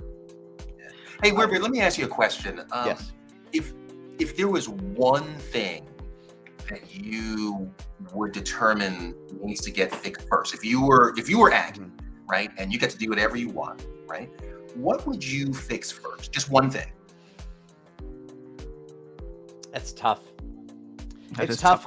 It's tough because my current priority is I want to make players that are already here happy, because if we run them off and we can't attract new players, then we're dead in the water. There's nobody here, right? So I think that it's like I would say having updates to how ranked and tournaments plays with bots. I think that's the number one killer for retention, for enjoyment of the game, and when people can put it on autopilot, it makes those hardcore players check out. So even though you're not losing them like metrics wise, you're losing them emotionally, which is like even worse, because that's like the death of a relationship at that point. Yeah. You know what's funny about what you just said? Because after 10, you know what I'm going to say, right? So was it 6 months ago? I got ArcPage, and to me, it was the best thing that ever happened. But the reason why it was the best, because it allowed me to do exactly what you just said, right? To kind of check out, go play some other games. I'll check it every now and then, and I'm almost champion. But how much effort did I put into that? I remember having epic grind sessions with Splinterlands till my eyes were red. I couldn't stay up anymore. Right, and that was during the summer, right? The summer of Splinterlands, right at the beginning, right? I played so much, and after Sam would call me, he's like, "Dude, you sound exhausted." I'm like, "Yeah, man, I'm not playing Splinterlands, man." But now that's the kind of behavior that I think we should be shooting for. Yeah. I mean, not unhealthy, but to a degree. Yeah. So, but I was engaged, and I knew who everybody was. So to your point, right? I think that is one of the, like I said, I love ArcPage, right? Because I feel like I can focus on other things, right? And I can, bring it down to a realistic level. But I do miss the level of engagement, right? Where I'm there selecting all the cards, and I will say that my skill level has dropped dramatically. Yeah. Relying on bots, right? Like there's an investment in time that is required to really understand how the meta works, and it's not something that you can just not play and let your bot handle it at all. Yeah, I mean, it's one of those things to where, when you look at a lot of AAA titles, there's like. And we haven't done a good job of legislating this within our game, that the issue with ranked modes is not to get to the highest rank you can, right? It's right now, Splinterlands is just encouraging people, do everything you can to get to the highest rank you can to get the best rewards, right? Yeah. When it should be Mhm. get to the best rank that you are competitive at, like that you are able to be good at. And what's the skill jump between this and this, as opposed to just there are more cards that are available with higher abilities or higher whatevers, right? And I think that that's like an endemic issue that's underlying a lot of the competition in this game, is that it's just about rent the least number of cards for the least amount of DEC that give you the best chance of winning battles to go up to the next league, even if you're not competitive there in specific ways. And it's like, what can we do to fix that? A is, you know, removing bots in a lot of those places, but it's also, again, like that fundamental, what is ranked supposed to be? We also have no other game mode that's not ranked. It is, I mean, like, you can argue like brawls and tournaments and stuff like that, but that's, I would say that those are almost different like formats of the same ranked play, where again, in a guild tiers, the reason we don't see people going to the top of guilds in the tiers is because they only go up when it makes financial sense to jump to the next tier, not whether or not they're going to be competitive when they go up again. So like, we have this bugaboo that's consistently hanging out with us about people who are overinflated in rank and overinflated in competition because they're not actually competing to get higher. They are just bypassing gates to get into that next like tier. Just blew my mind. That is, you're so dead on with that. That's a big deal, right? That is an absolute big. That's why we had such a good time at Splinterfest, right? It was a live tournament that showed off the skill of the people that were there. And to this day, D-Tough is #1 player in my book. Right? You know, Virus is top, you know, top 10, right? Top 5. Because he's there to show his skills. Icy Flow made an interesting point here, and I don't know if you touched on it intentionally or not, but you said like there's nothing else besides ranked. So he's saying like, what if you made ranked like only 12 games per day, and then a quick play mode where you could still earn on both, but you could decide to do up to like 12 ranked games per day, and you limit it so that, you know, in a way, it's like if you want to bot your account, that's fine. Your bot can go and earn more and play whatever, but when it comes to actually increasing your overall potential rank within the game, I would be way more focused on that, right? And I'd be like, I think I want to be behind the wheel rather than just giving it to Archmage. And I think Darkestnyte, that would probably get you in there too, right? Because it's like, I want to know that I earned it rather than just having the bot make its way up. Yeah, like it's, and again, it's not get rid of bots. It's because, I mean, I understand that it's like part and parcel with the system. It's much more, where are they allowed and what advantages do we give them? You know what I mean? To be able to compete. And it's like, hey, if it's more about quality over quantity, because I think a lot of this also comes down to like the design of ECR and the design of how are players able to earn and how are they able to do, you know what I mean? Like there's just so much finessing and edge case like maximization that people go after in this game that it would be much easier if it's like, hey, ranked is not, you don't earn anything in ranked until season end, you know what I mean? And you get X number of wins and that's it. You know what I mean? And then, hey, you want to go earn on these other modes, you know, we have a new game mode, or here's tournaments that you should be able to do, or guilds and brawls and things like that. Like, I think that's where the shift should be, because like if you go to something, I don't know, are you guys familiar with League of Legends at all? Of course. Okay, so complete ignorance. Do you know what Champions Queue is? No.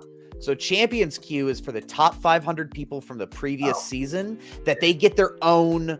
There's no ranked at that point. It's you get invited into this special ecosystem, and it's essentially like where pros play, and it's where, you know, like super hardcore streamers play. And if you can grind Champions Queue, it's supposed to be the best of the best of the best, but it's not a rank. You don't just get to like, oh, I got up here and now I get the rewards are in it. Like you get invited in, and then you have to like fight your way tooth and nail to the top of Champions Queue. And it's supposed to incentivize so that like, hey, if I'm a pro, I don't have to get into the top rank and then hope that I get matched with somebody that just like scrubbed their way in there or whatever. It's supposed to be that ultra like competitive edge, like a pro league almost. And I want to be able to find a way to incentivize Splinterlands players to like, yes, you want to go up in league. You want to get to champion. You want to get to diamond. But it should not be, okay, to get to champion and diamond, it's you need this much power. So I'm going to go out and rent the cheapest amount of things that get me to this power. And like, then once I'm there, I'm going to min-max where it's better to actually not play battles in champion league because you could lose so much, you know, like rank points because you're not actually competitive in that league, because you shouldn't be there, because you know what I mean? Like, because they've made it so that it's just, if you have these things that are preconditions for getting you in, it's more of an economic return than it is a competitively earned position. So they have that mode in Hearthstone, right? Where you can play at the higher levels once you get to the highest, right? And I remember trying to compete to get into that league. I was so close. But the reason why I wanted to go there was for the border around my cards, just that says, hey, I made it, right? That was it. And that's, so what you just said is that competitive nature that most of the players have, that you have that moment where you've made it, right? You have that moment. And now, and again, every time I look at my profile for Splinterland, it says achievements coming soon. It's been saying that for 3 years. And, well, longer than that, actually. But what you just said is, I want to be engaged. I want to compete at the highest level. But at the end of the season, it's all gone, right? We need some sort of, not just progression, but progression that I can show off to my friends, right? That when I show up at Splinterfest, oh, hey, check out my achievements, right? I beat After Sound 10,000 times. I mean, I want that, right? Can you highlight Alex Toro's conversation at the bottom? I think he's there? trolling, but go ahead. That's fine, but I want to highlight this. Which one?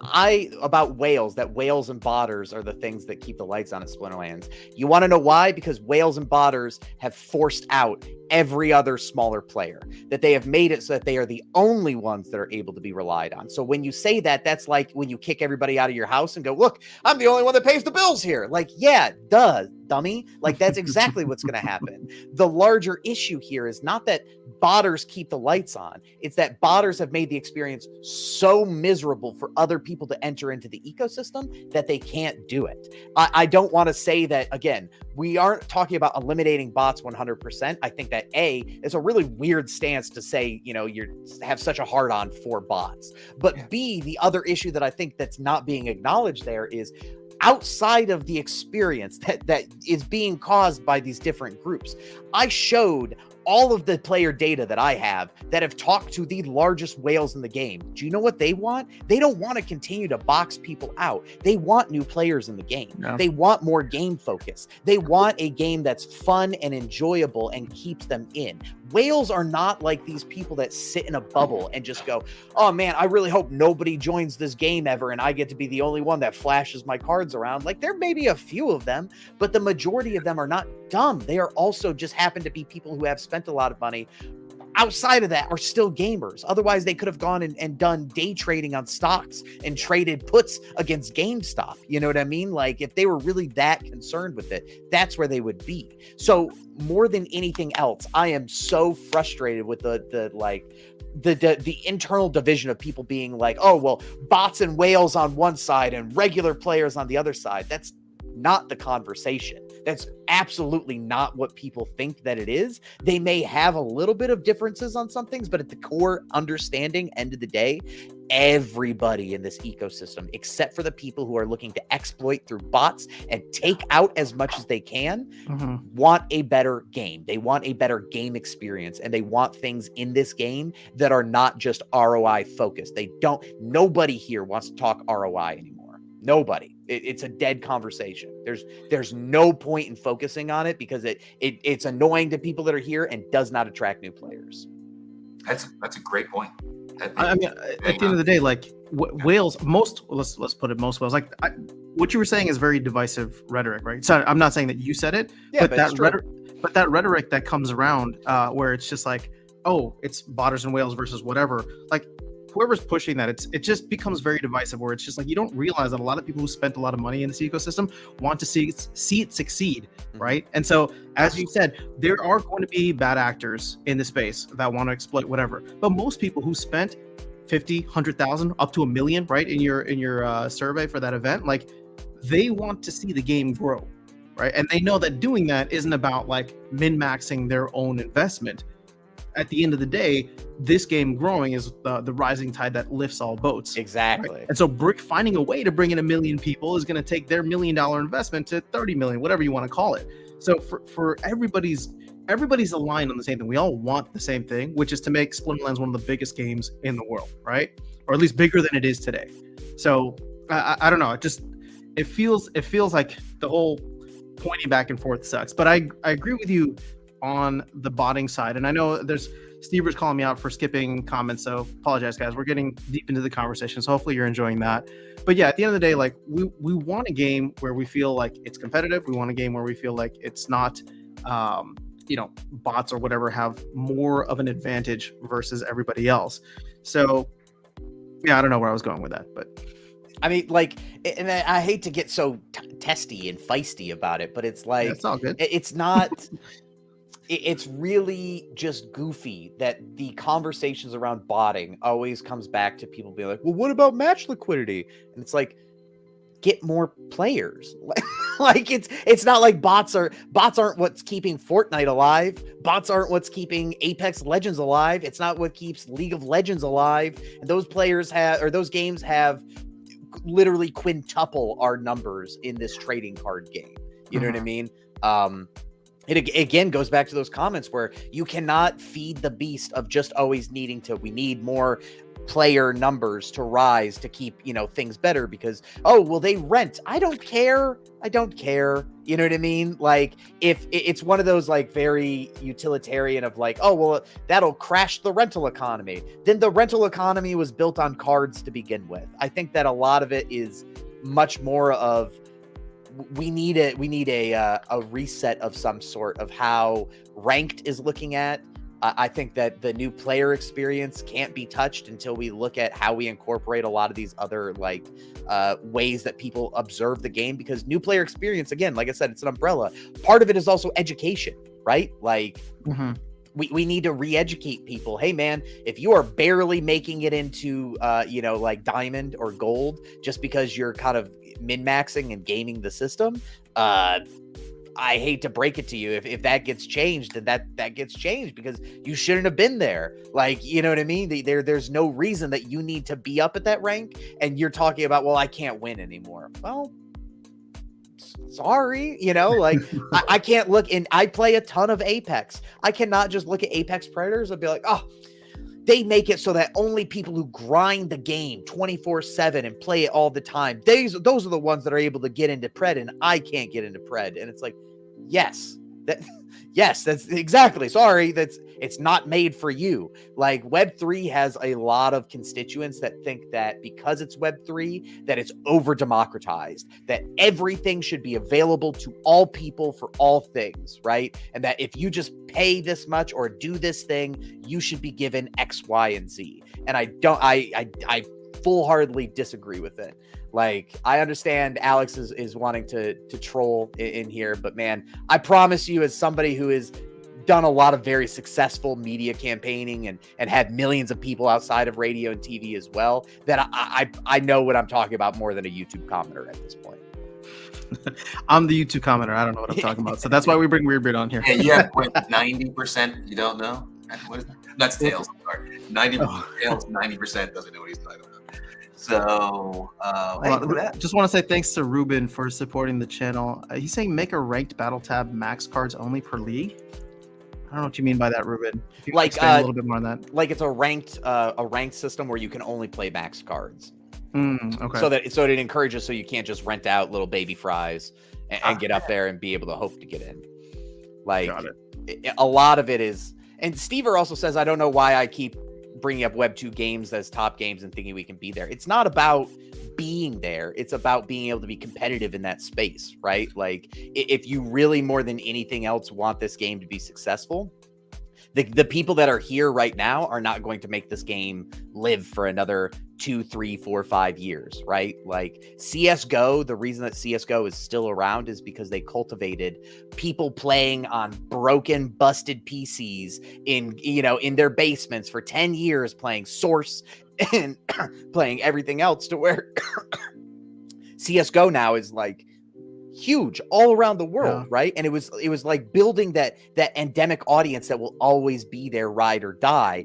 And it wasn't like, you still have that entire underbelly of people in Counter-Strike who like buy the skins and flip them on the Steam market, right? There are people who are all about making tons of money just on gambling the cases and whatnot, and that's totally fine.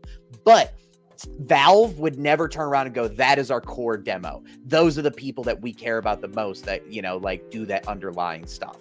The people that do that are the people that are engaged with the game, talk about the game, content creators about the game. Like that is what builds out a robust middle class of your game. And it can't just be feast or famine if we're going to actually build and go out and encourage new players to be able to jump in, Yeah.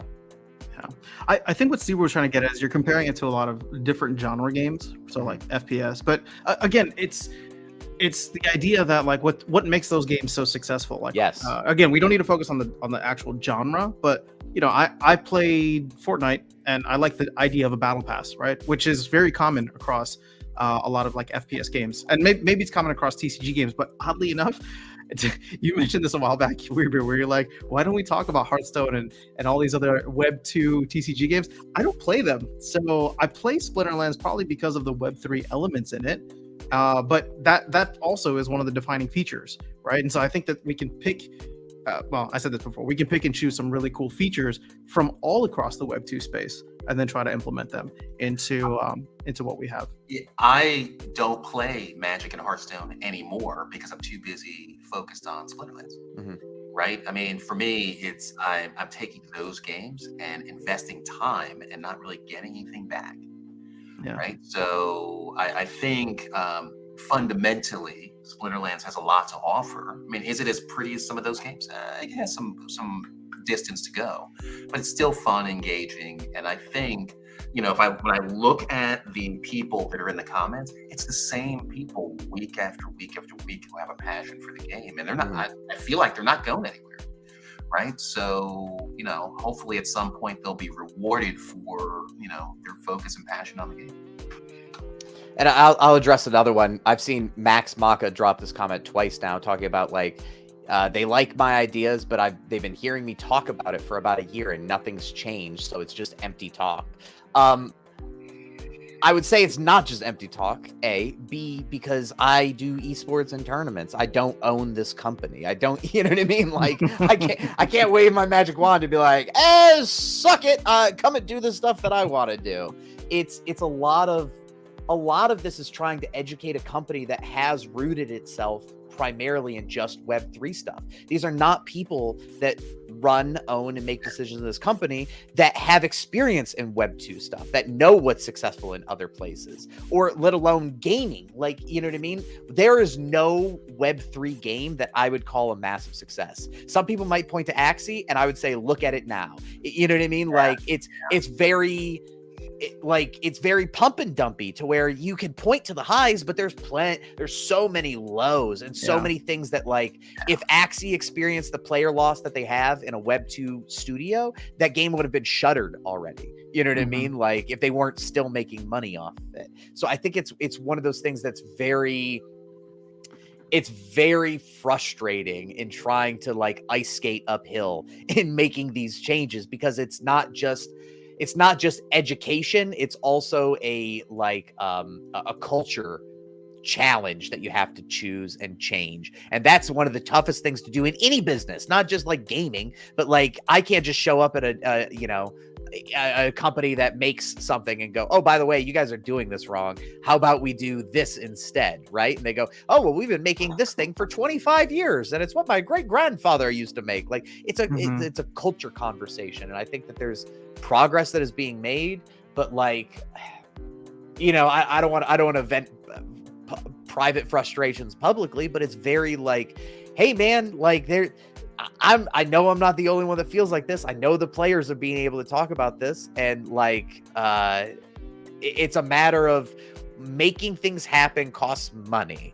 And when you have a company that is focused on raising asset values, they then have to juggle, okay, Weirdbeard, the projects that you want to do cost us X amount of money because it's developers being paid for and marketing being paid for and your dumb salary being paid for and all these other things. And it also stops us from being able to do X, Y, and Z that we're also spending all this money on. So it's a lot of these things have to be shown to be not only home runs, but also be shown that, hey, we have a clear plan of how we do it, and we're going to do it so that it doesn't cost you $1 million to make. Because you look at something like tower defense that's happening right now. Everybody talks about, oh, well, tower defense sucks up developers and resources, and that's true. But then also it costs money to make, and so like they're expecting a return on investment, and so they see we spend $30,000 and we get $50,000 back. Well, a lot of player things that attract new players or make the game better don't have a dollar like value attached to them. I can say, hey, we're going to go through and redo the UX and UI for the entire website, and it's going to look amazing, and people are going to love it, and it's going to be so good. And they go, okay, it costs us $50,000. How much money do we make on it? And we go, I don't know. Like, hopefully we make money on it because more people come in, and you go like that. That's just a hard argument to make from a business perspective. You know what I mean? Like, and I agree with it, like in that it needs to be done still. But again, like, because you're not the one controlling the purse strings, everything becomes rallying cries that hopefully eventually, like, the small waves become medium waves, become tsunami waves. And unfortunately, we're just not at tsunami wave territory yet.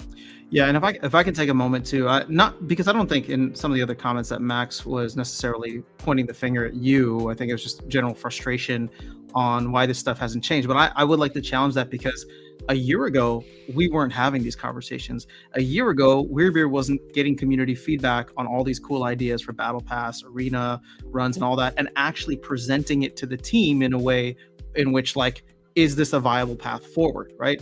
A year ago, we were only focused on getting the economy right. We were only focused on getting, well, actually, look at the progress that we have had, because all that talk about ghost cards a year ago, we now have ghost card tournaments regularly, right? And this is a way that you can try to get more people in. Whether it's effective or not at this moment in time is probably difficult to evaluate, because we need other methods in which we can onboard people. But for everybody that doesn't have a fully maxed out deck, the idea to go in and actually be able to play something is available to you, and that's something that wasn't there a year ago. So I would say that we're making progress. It's just these things take time, money, resources, and, as Weirdbeard said, a little convincing inside. Yeah, and the other thing too is that, like, I'm just as frustrated. Like, you know what I mean? Like, this isn't something where I'm like, oh man, I'm glad we're taking our time on this one. Like, I feel like I've been shouting from the rooftops for months. You know what I mean? Like, and what I've really had to learn and do is focus in and try to pick like one or two things to be like, these things we do now to just show, like, you don't do the biggest project first. You have to show that you even know how to do a project and how to get your feet underneath you, and how do you, like, make a team and have it be under budget and everything like that. And it's like, it's like a game of chicken, man. One person's got to go first. It's either they say yes to something, or I just keep scoping it down until I finally find something they'll say yes to. And again, like, I don't know. I feel like a loser a lot of times that, I come and talk to people like you guys, and I talk to community members, and they very distinctly and forwardly tell me, like, we want this, this, and this, make these things happen. And then I go and try to develop and try to push it and try to get these things done. And it's just, I wish that we could do so much more. I wish that we could deliver more for players and show that, like, we are listening, that it's not an ivory tower, that it's not just like internal conversations that never go anywhere and we're only talking about tokenomics. There's so many people on the team that are not focused on those things at all, but it's just a prioritization thing, and it's a, you know, what comes first, what do we spend the most resources on? And that's just the tough conversation to have when you're not the, you know, not the people in charge. He's asking how we can help. I think well, go ahead. I don't know. I don't like I feel at a little bit at a loss for it. Like, we're going to be having we're still going to be having plenty of community outreach events, hopefully in the next couple of weeks, that I've been working on and putting together. You know, participating in those, when we do some of these player surveys that are going to be coming out, is really making sure that we get people to have a clear message, whether it's something I'm arguing for or against. I don't care what it is. You know what I mean? Like, if Alex wants to go in there and harp about bots need to be, you know, allowed in every single place, cool. Then participate in the surveys and say that. And if everybody agrees with that, then that's what we'll do. But I don't think that's what will happen. And whatever it is, we just need a clear, unified vision to get it done. You know what I mean? Yeah. Like, I'm done twiddling my thumbs and arguing with people on YouTube. I just want to do whatever it is that we can to make people happy and show that we're making progress. Because our progress, while we put out a lot of items as a company, right, it doesn't feel like we put out impactful and valuable things at a consistent enough pace to mean and you know, like, make it worth it. Yeah. Ruben, just want to say thanks again for supporting the channel. Splinterlands needs a quick, easy tab to get a wallet on site. I'm so glad we now have to buy assets on the market. Yeah. The non-card market, I think, is going to be, or makes it a lot easier for people to buy other assets. I'm curious what you mean by quick, easy tabs to get a wallet on site, because your account essentially serves as a wallet, and you can connect wallets from like Ethereum and Binance as well. All right, we have to play devil's advocate from Tails. What's up, Tails? We have DECB rental changes, a possible new. No, say it the way he would say it. To play devil's advocate, we have DECB. I can't, dude. His voice is too deep and sexy. I can't do it. But I'll try. To play devil's advocate, we have DECB rental changes, a possible new movie card set. These came out of nowhere, yet good ideas that most all agree upon sit on the shelf. So it is indeed about priorities and choices. Dude, that was awesome. Yeah, I mean, that's what it is. It's like, what is a priority? Like, if it's not like we don't have a ton of ideas that are, you know, sitting on the desk of somebody. It's they choose. We do this one, and until this one is done, we're not going to do these other ones. And how do we? If we do this one, we're giving up doing these other things instead. You know, like they mentioned the movie studio card set. I think that's an insane thing to talk about at this point in time. Absolutely insanity that, you know, once again, that would jump the queue over new player experience. You know, this is a common topic that after the Sign and I talk about. There are some things you just need to just keep to yourself. Right? It like when I see, that's one of the reasons why I don't go to map chat, right? I don't want to hear the hype. I don't need it, right? I'm already here. Right? The people that are here don't really need all that. And what good is a movie set card going to do me right now? Zero. Yeah, like, right? and even then, it's a matter of what. Sometimes not doing something is a better choice than doing it poorly. And I, like, as you saw in that feedback, a lot of people think that a lot of the things we put out are rushed, that a lot of the things we put out are not communicated well, are not planned well. Like, I think, again, it's priorities of, like, I say like a lot, I apologize. It's being able to choose why something should go up outside of monetary value. Like, if you look at it, Rooney sort of got dropped on everybody's head, and not only did it launch and then was kind of like, oh well, maybe we'll get to some of the stuff eventually, and we'll give the value to it afterwards, and you just got to hold on to it. Why would we not have taken 4 extra months, you know what I mean, to not launch it, to then launch it with all the stuff underneath it, and you know, and like have it actually good when it comes out and people see it. I want to be able to have products that make sense and are completed and aren't just MVPs, minimum viable products that they like get out there in the world. They need to, you don't have, and again, I apologize that I continue to hold up these like large AAA games. The reason I do that is because I think that this could be a company that competes with that. And if not, learn from their model of they don't launch a game mode that's like half built, right? They launch a game mode that they finished 5 months ago, and it's gone through 5 months of play testing and people giving internal feedback and external feedback and like the whole scope of it, right? And right now it feels like a lot of times the company will complete a development on something on a Monday, launch it on a Tuesday, and then spend all Wednesday when it's live fixing all the shit that it broke. And like that's very frustrating and a bad look. It doesn't look good. Why would we do that? Nobody was begging for it to happen this week as opposed to next week.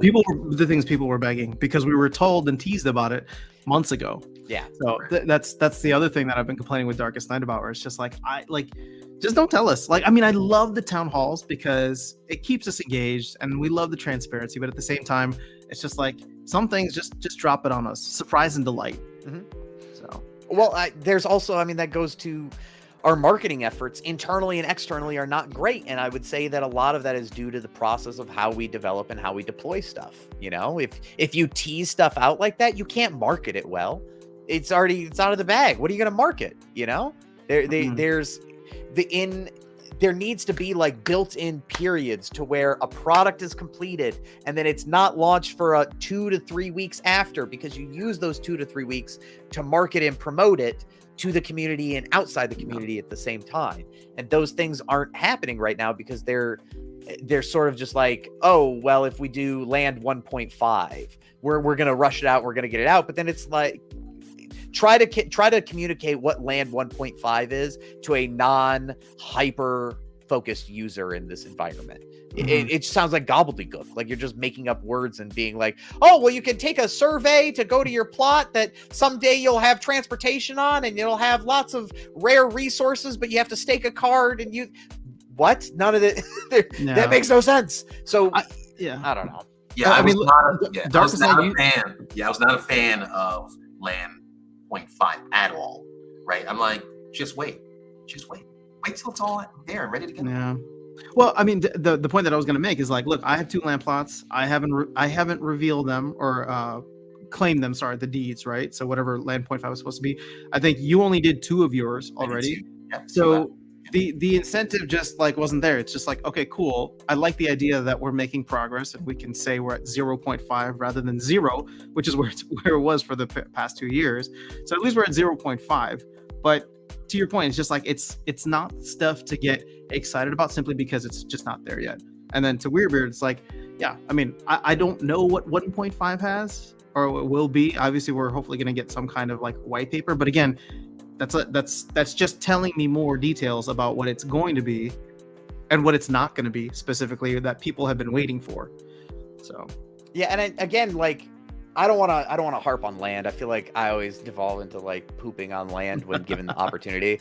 But it's the reason why is because it's so abstract. It's such like a hard concept to try to explain, and people will talk about, you know, oh, well, it starts getting cards out so that you don't have as many cards and it starts the flywheel. And it's, but then again, you need a doctorate dissertation into how and why and everything else. You're not just like, this is a fun game mode that you can come in and play and it'll be engaging. And that's very like top level of it. But more than anything, I think easy and simple is engaging for a lot of people. Yeah. That if they want to dig down further, they can do that. And I saw a question from Cryptmancer there where he was like, who are we marketing to right now? Yeah. Serious question. And it's the larger endemic issue is that it's really tough to market right now because the way that we're prioritizing and doing things isn't allowing us to market outwardly. And you continue to run into questions of certain people in the company going, well, we need to completely fix the entire economy. We need to completely get rid of bots. We need to completely redo the new player experience. And we need we don't want to redo the new player experience. So we want to have the entire game. But all those are just, again, kind of like roadblocks along the way of forcing us to not be able to do any of it well. When you're, like, I want to be able to, even if people didn't think that Ali Straza stuff went over spectacularly, which I agree, like, was not a home run. We weren't put on the map because Ali Straza came in and played a couple of times and everything. But having things like that to do is better than nothing. And I also believe that is even hamstrung of being able to go out and get new content creators and bring them in, because that requires resources, time, and effort to manage and to do and to highlight and know who's going to work. And we can't just go, oh, well, we'll find some people that already play Splinterlands and give them a bunch of money, which is usually what the suggestions, boil down to, is they go, well, just find people that are already playing Splinterlands and give them money for stuff to give away. And it's like, it's not how you do. You're not going to reach new people like that. No. So. And I want to be able to do initiatives that have a good marketing angle. If we aren't doing stuff that has marketing built into it, like, marketing is not on top of shit that you're already doing. Yeah. Marketing is built into the DNA of what you're doing. So, like, if we launch a new game mode, you should already be planning, okay, we're going to make it so that a week before the game mode launches, we have already contacted these 10 TCG players that are going to be playing the game mode on their stream for an hour at a time to hype up to the release that happens a week after. And then once it releases, then we're going to set up 2 half-off weekends that happen the next 2 weekends after that, so that we have a 4-week marketing period where we also run YouTube and like PPC ads at the same time. Like, we know what we're doing for marketing, but it makes it very tough to market when the things that you're given to market are land and you go, it's not even made. It's only going to be, like, halfway done to what it should be, to people who already are struggling to understand what it means. Like, there has not been fundamental products added to the Splinterlands ecosystems that allow for true marketing to do what it's supposed to. Mm-hmm. Yeah. Max is asking about a couple of these modes. Yeah, those are all things that we want to do. A draft mode and battle pass, free to play, live tournaments, guilds, packs, 2v2. This is all the stuff that I highlighted, I don't know, 4 months ago now that I've been working on to try to get in. Like, that's stuff that I think, to me, free to play or a new game mode is number one, right?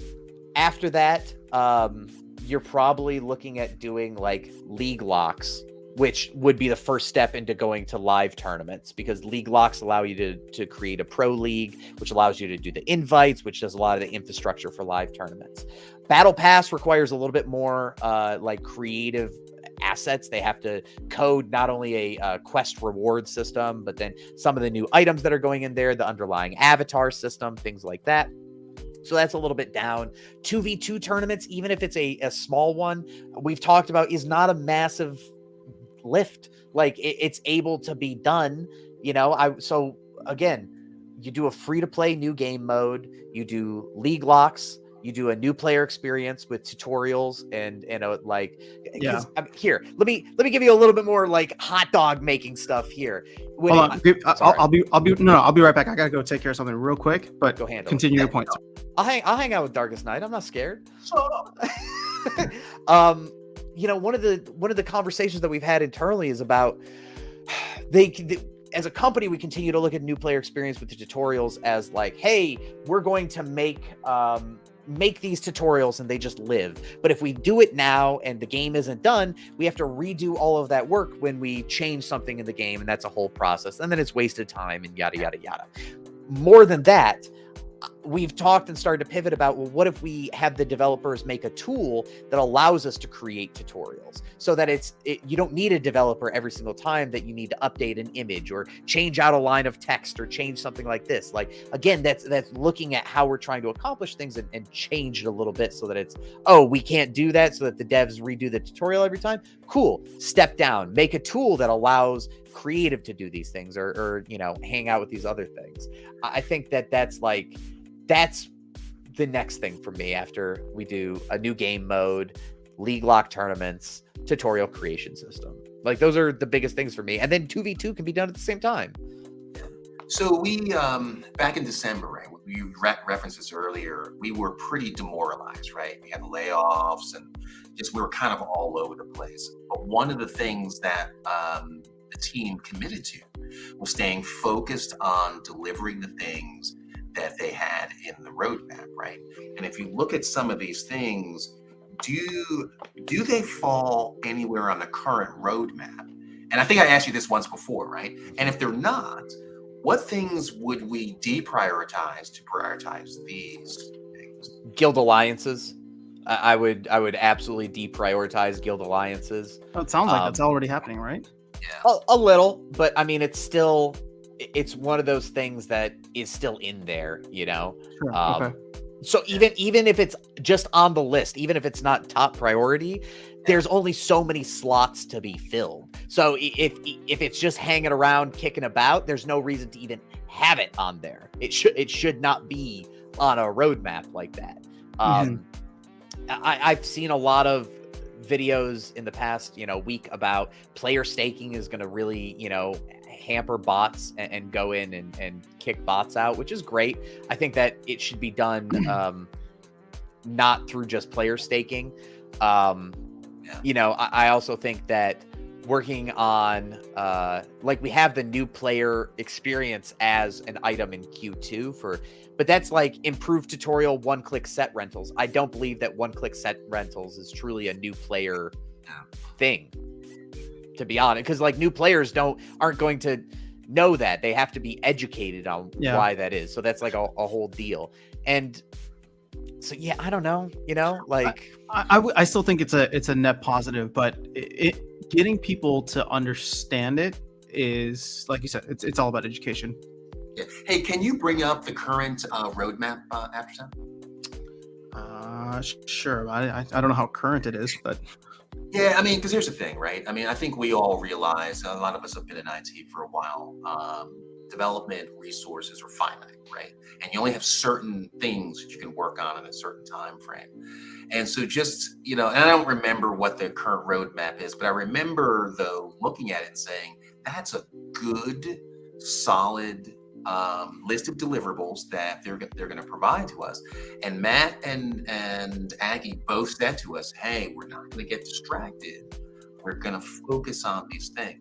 But when I look at your list, right, I thought, right, new player experience, I think, was one of the things on the roadmap. And to see some of those things folded into those deliverables would really be good for us, right? Or at least to find a way, or at least have a conversation, right?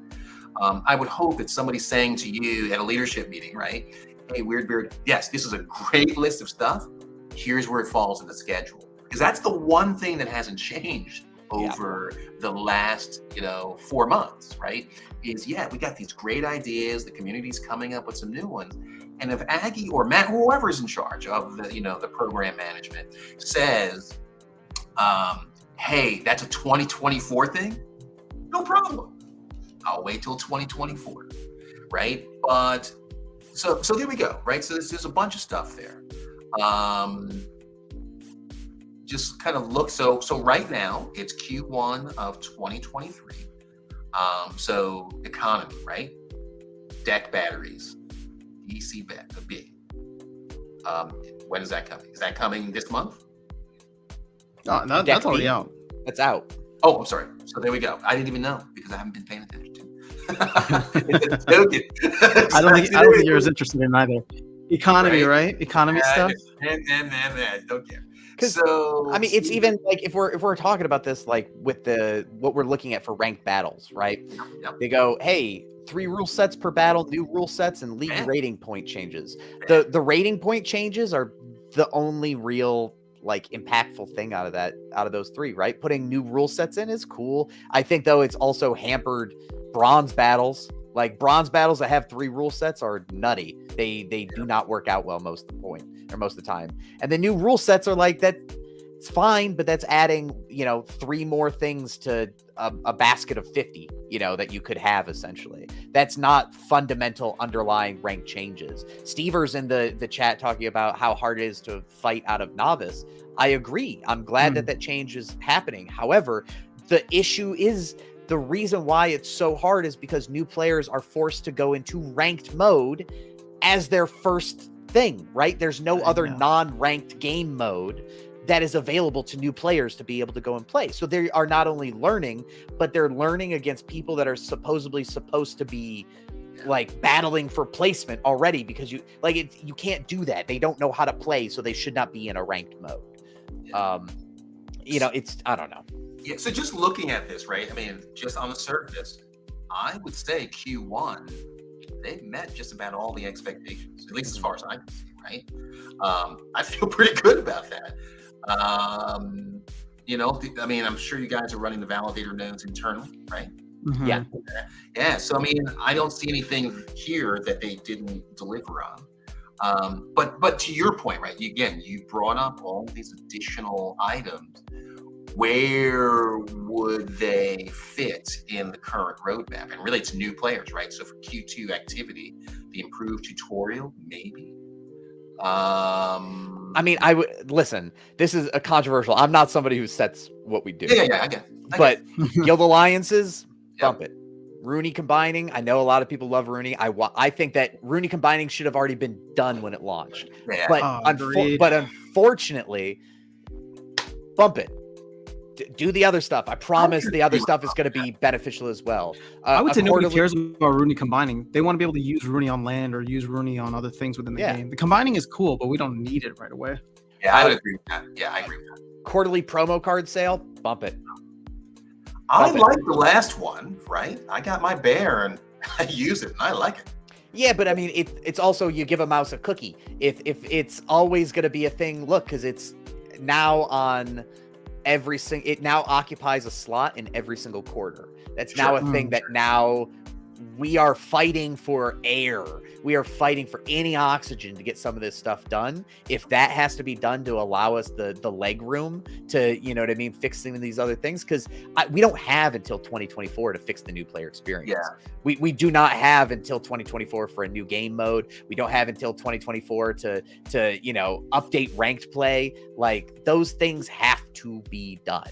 And honestly, I think that we could do the quarterly card sale in addition to those other things. Yeah. But if it's a matter of, hey, these are the only things that we do, so you got to bump something, I'm good.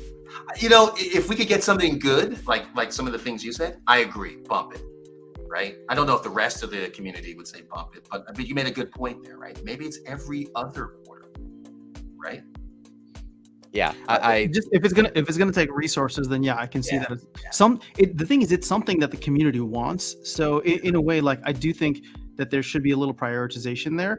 Yeah. But at the same time, if we're struggling to do all the other things, which I would say add way more value, then it's like, it's not that it shouldn't be bumped. There should just be better, hopefully management and planning for future quarters, right? So that you can get it actually done without it being such an issue. Right. So now we're having a program management conversation, right? That's it.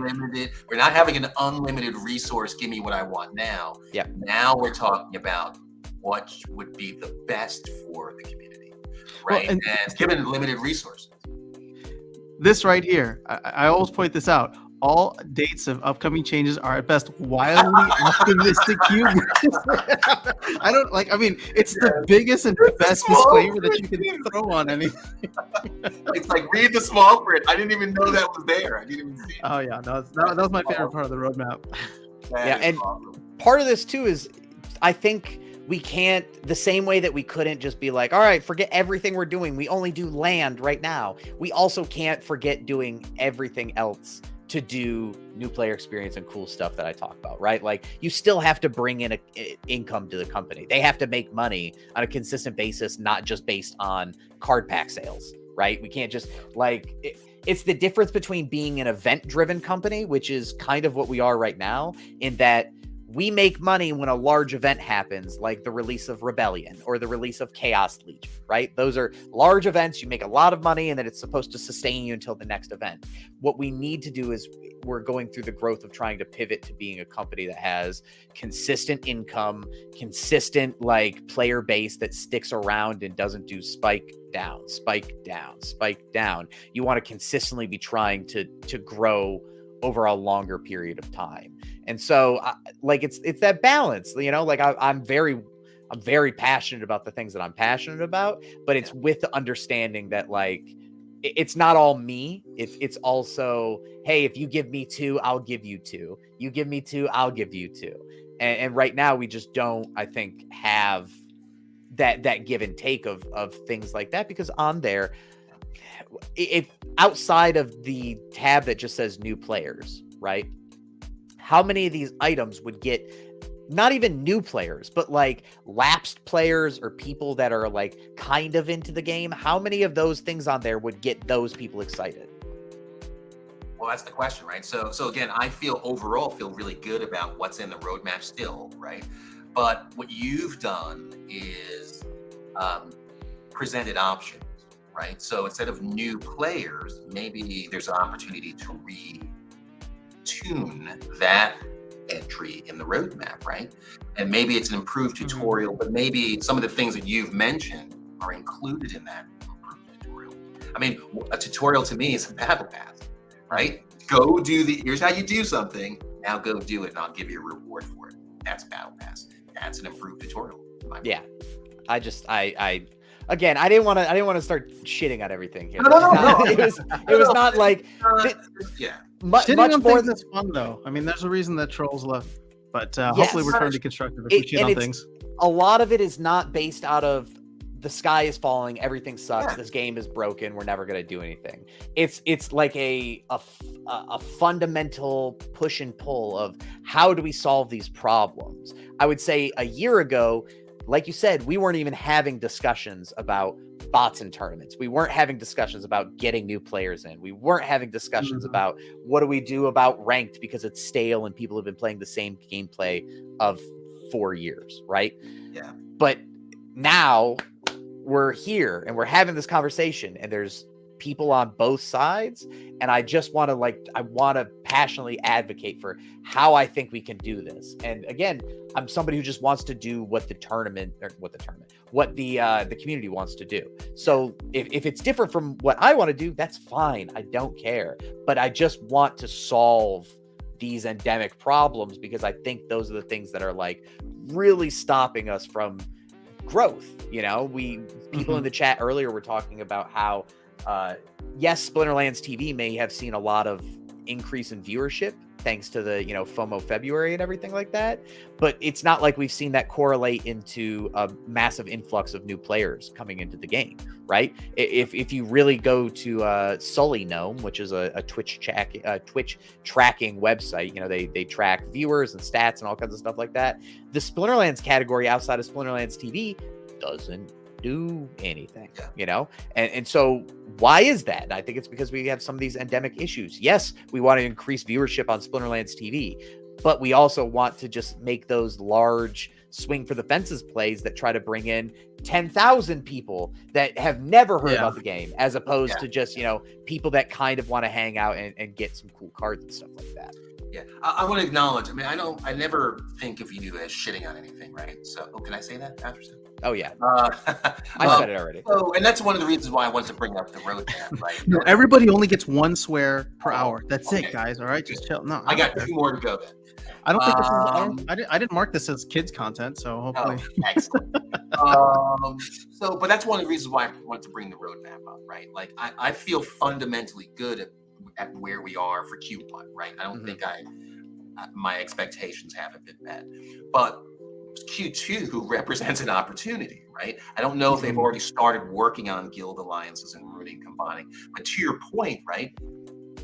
Given what the community would benefit the most from, I don't know that it's guild alliances. I don't know that it's ruining combining. And maybe it's an opportunity for some of those conversations, you know, when you're talking to the team, right? That says, hey, you know, these things are great, and they were great back in early January, but things have changed a little bit more, and there's a little bit more urgency to get us ready for hopefully the next bull run. Yeah. And I don't know if those two things will really add to that.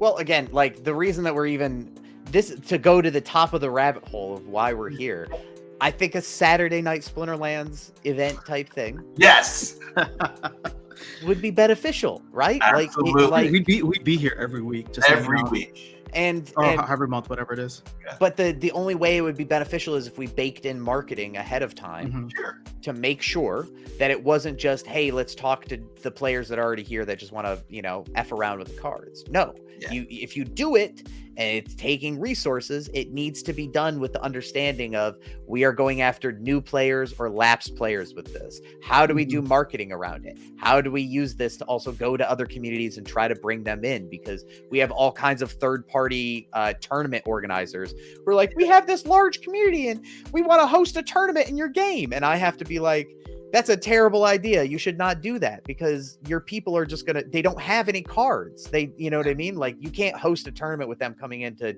just play with starter cards. It doesn't work out well. So there's no onboarding way. So having something like that, sure, maybe that works. But it's again, I think we need to find solutions to problems that exist, not find solutions looking for a problem and hoping to solve them. I agree with you on it. So I have one other question I have to ask you. So looking forward, it's Q3. We're about to start the summer of Splinterlands. What does that look like to you? Like, what's the summer of Splinterlands this next coming year? I don't know. Keeping our head down and working. I think it's like the summer of Splinterlands is at the end if we're able to celebrate in 5-6 months because we've delivered a bunch of products that can get new people excited that we can market around. I think that like that's what matters. That's what's exciting. I don't want to do a big flashy, you know what I mean? And for Alex still going off in the chat, no, there's no Splinterland or Splinterfest happening this year. I think that it wouldn't make sense to do one anyways. Why would we do that right now when all of those resources could be put towards fixing the new player experience? Could be put towards new game mode. I think we shut up. You deliver on the things that we need to that are valuable and impactful to the community, and then we don't celebrate at all. The new players that are coming in celebrate for us, and that's about it. Yeah. So based on just Q1, right? I think that we're going to be able to tick off all these boxes. And the potential's there for something pretty exciting, right? If you get, let's say, 10 to 20% of what you want to do, maybe it's the battle pass, maybe it is Saturday night Splinterlands, right? I would love to spend my summer just hanging out every Saturday night, with the community, playing some matches. That's closer to what I want, So many people are hoping for a bull run because they just want to see, again, candles and number go up. That's cool. Yeah. That could be for you. Unrealistic, but yeah, sure. For me, I want to be able to, more than anything else, deliver impactful stuff. Period. Whatever it is. But because we continue to, like I said earlier, we continue to deliver stuff. Yep. But I don't think it's impactful stuff to a large group of people. I think it's impactful to minorities and smaller groups of people, which is fine, but you need to have a main course amongst all the sides. Yep. My big hope for the summer, and this is the most important thing to me, I know maybe to other people too, is the last thing in Q3, skins and cosmetics, so I can get a new Lily. Have to have it. Sorry, yeah. I'm just throwing salt. That's the most critical thing on this whole roadmap.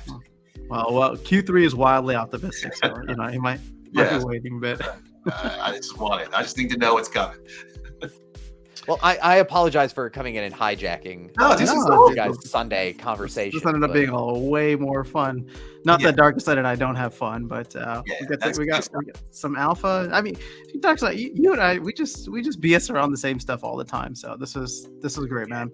I know we're getting to noon, so we can go ahead and wrap it up. Be respectful of both of your times, but really appreciate it, Weirdbeard. More than anything, I just want to communicate, like, personal frustrations aside, I'm excited for 2023 and some of the things that we are looking at. It's again just a matter of I feel obligated to this community to do the things that they ask for. You know what I mean? So it's like, even if I'm given an impossible task by the community, I feel put upon that, like, I need to do this. This is what they need. So a lot of the frustration I come from is frustration born with myself for not being able to do the things that I'm being asked to do sometimes. So, you know, I don't want anybody to take me as a fudding or being like, boo, boo, boo, everything sucks. It's much more like when you want something better for somebody. Like, I want Splinterlands to break up with its current partner and go get a 10.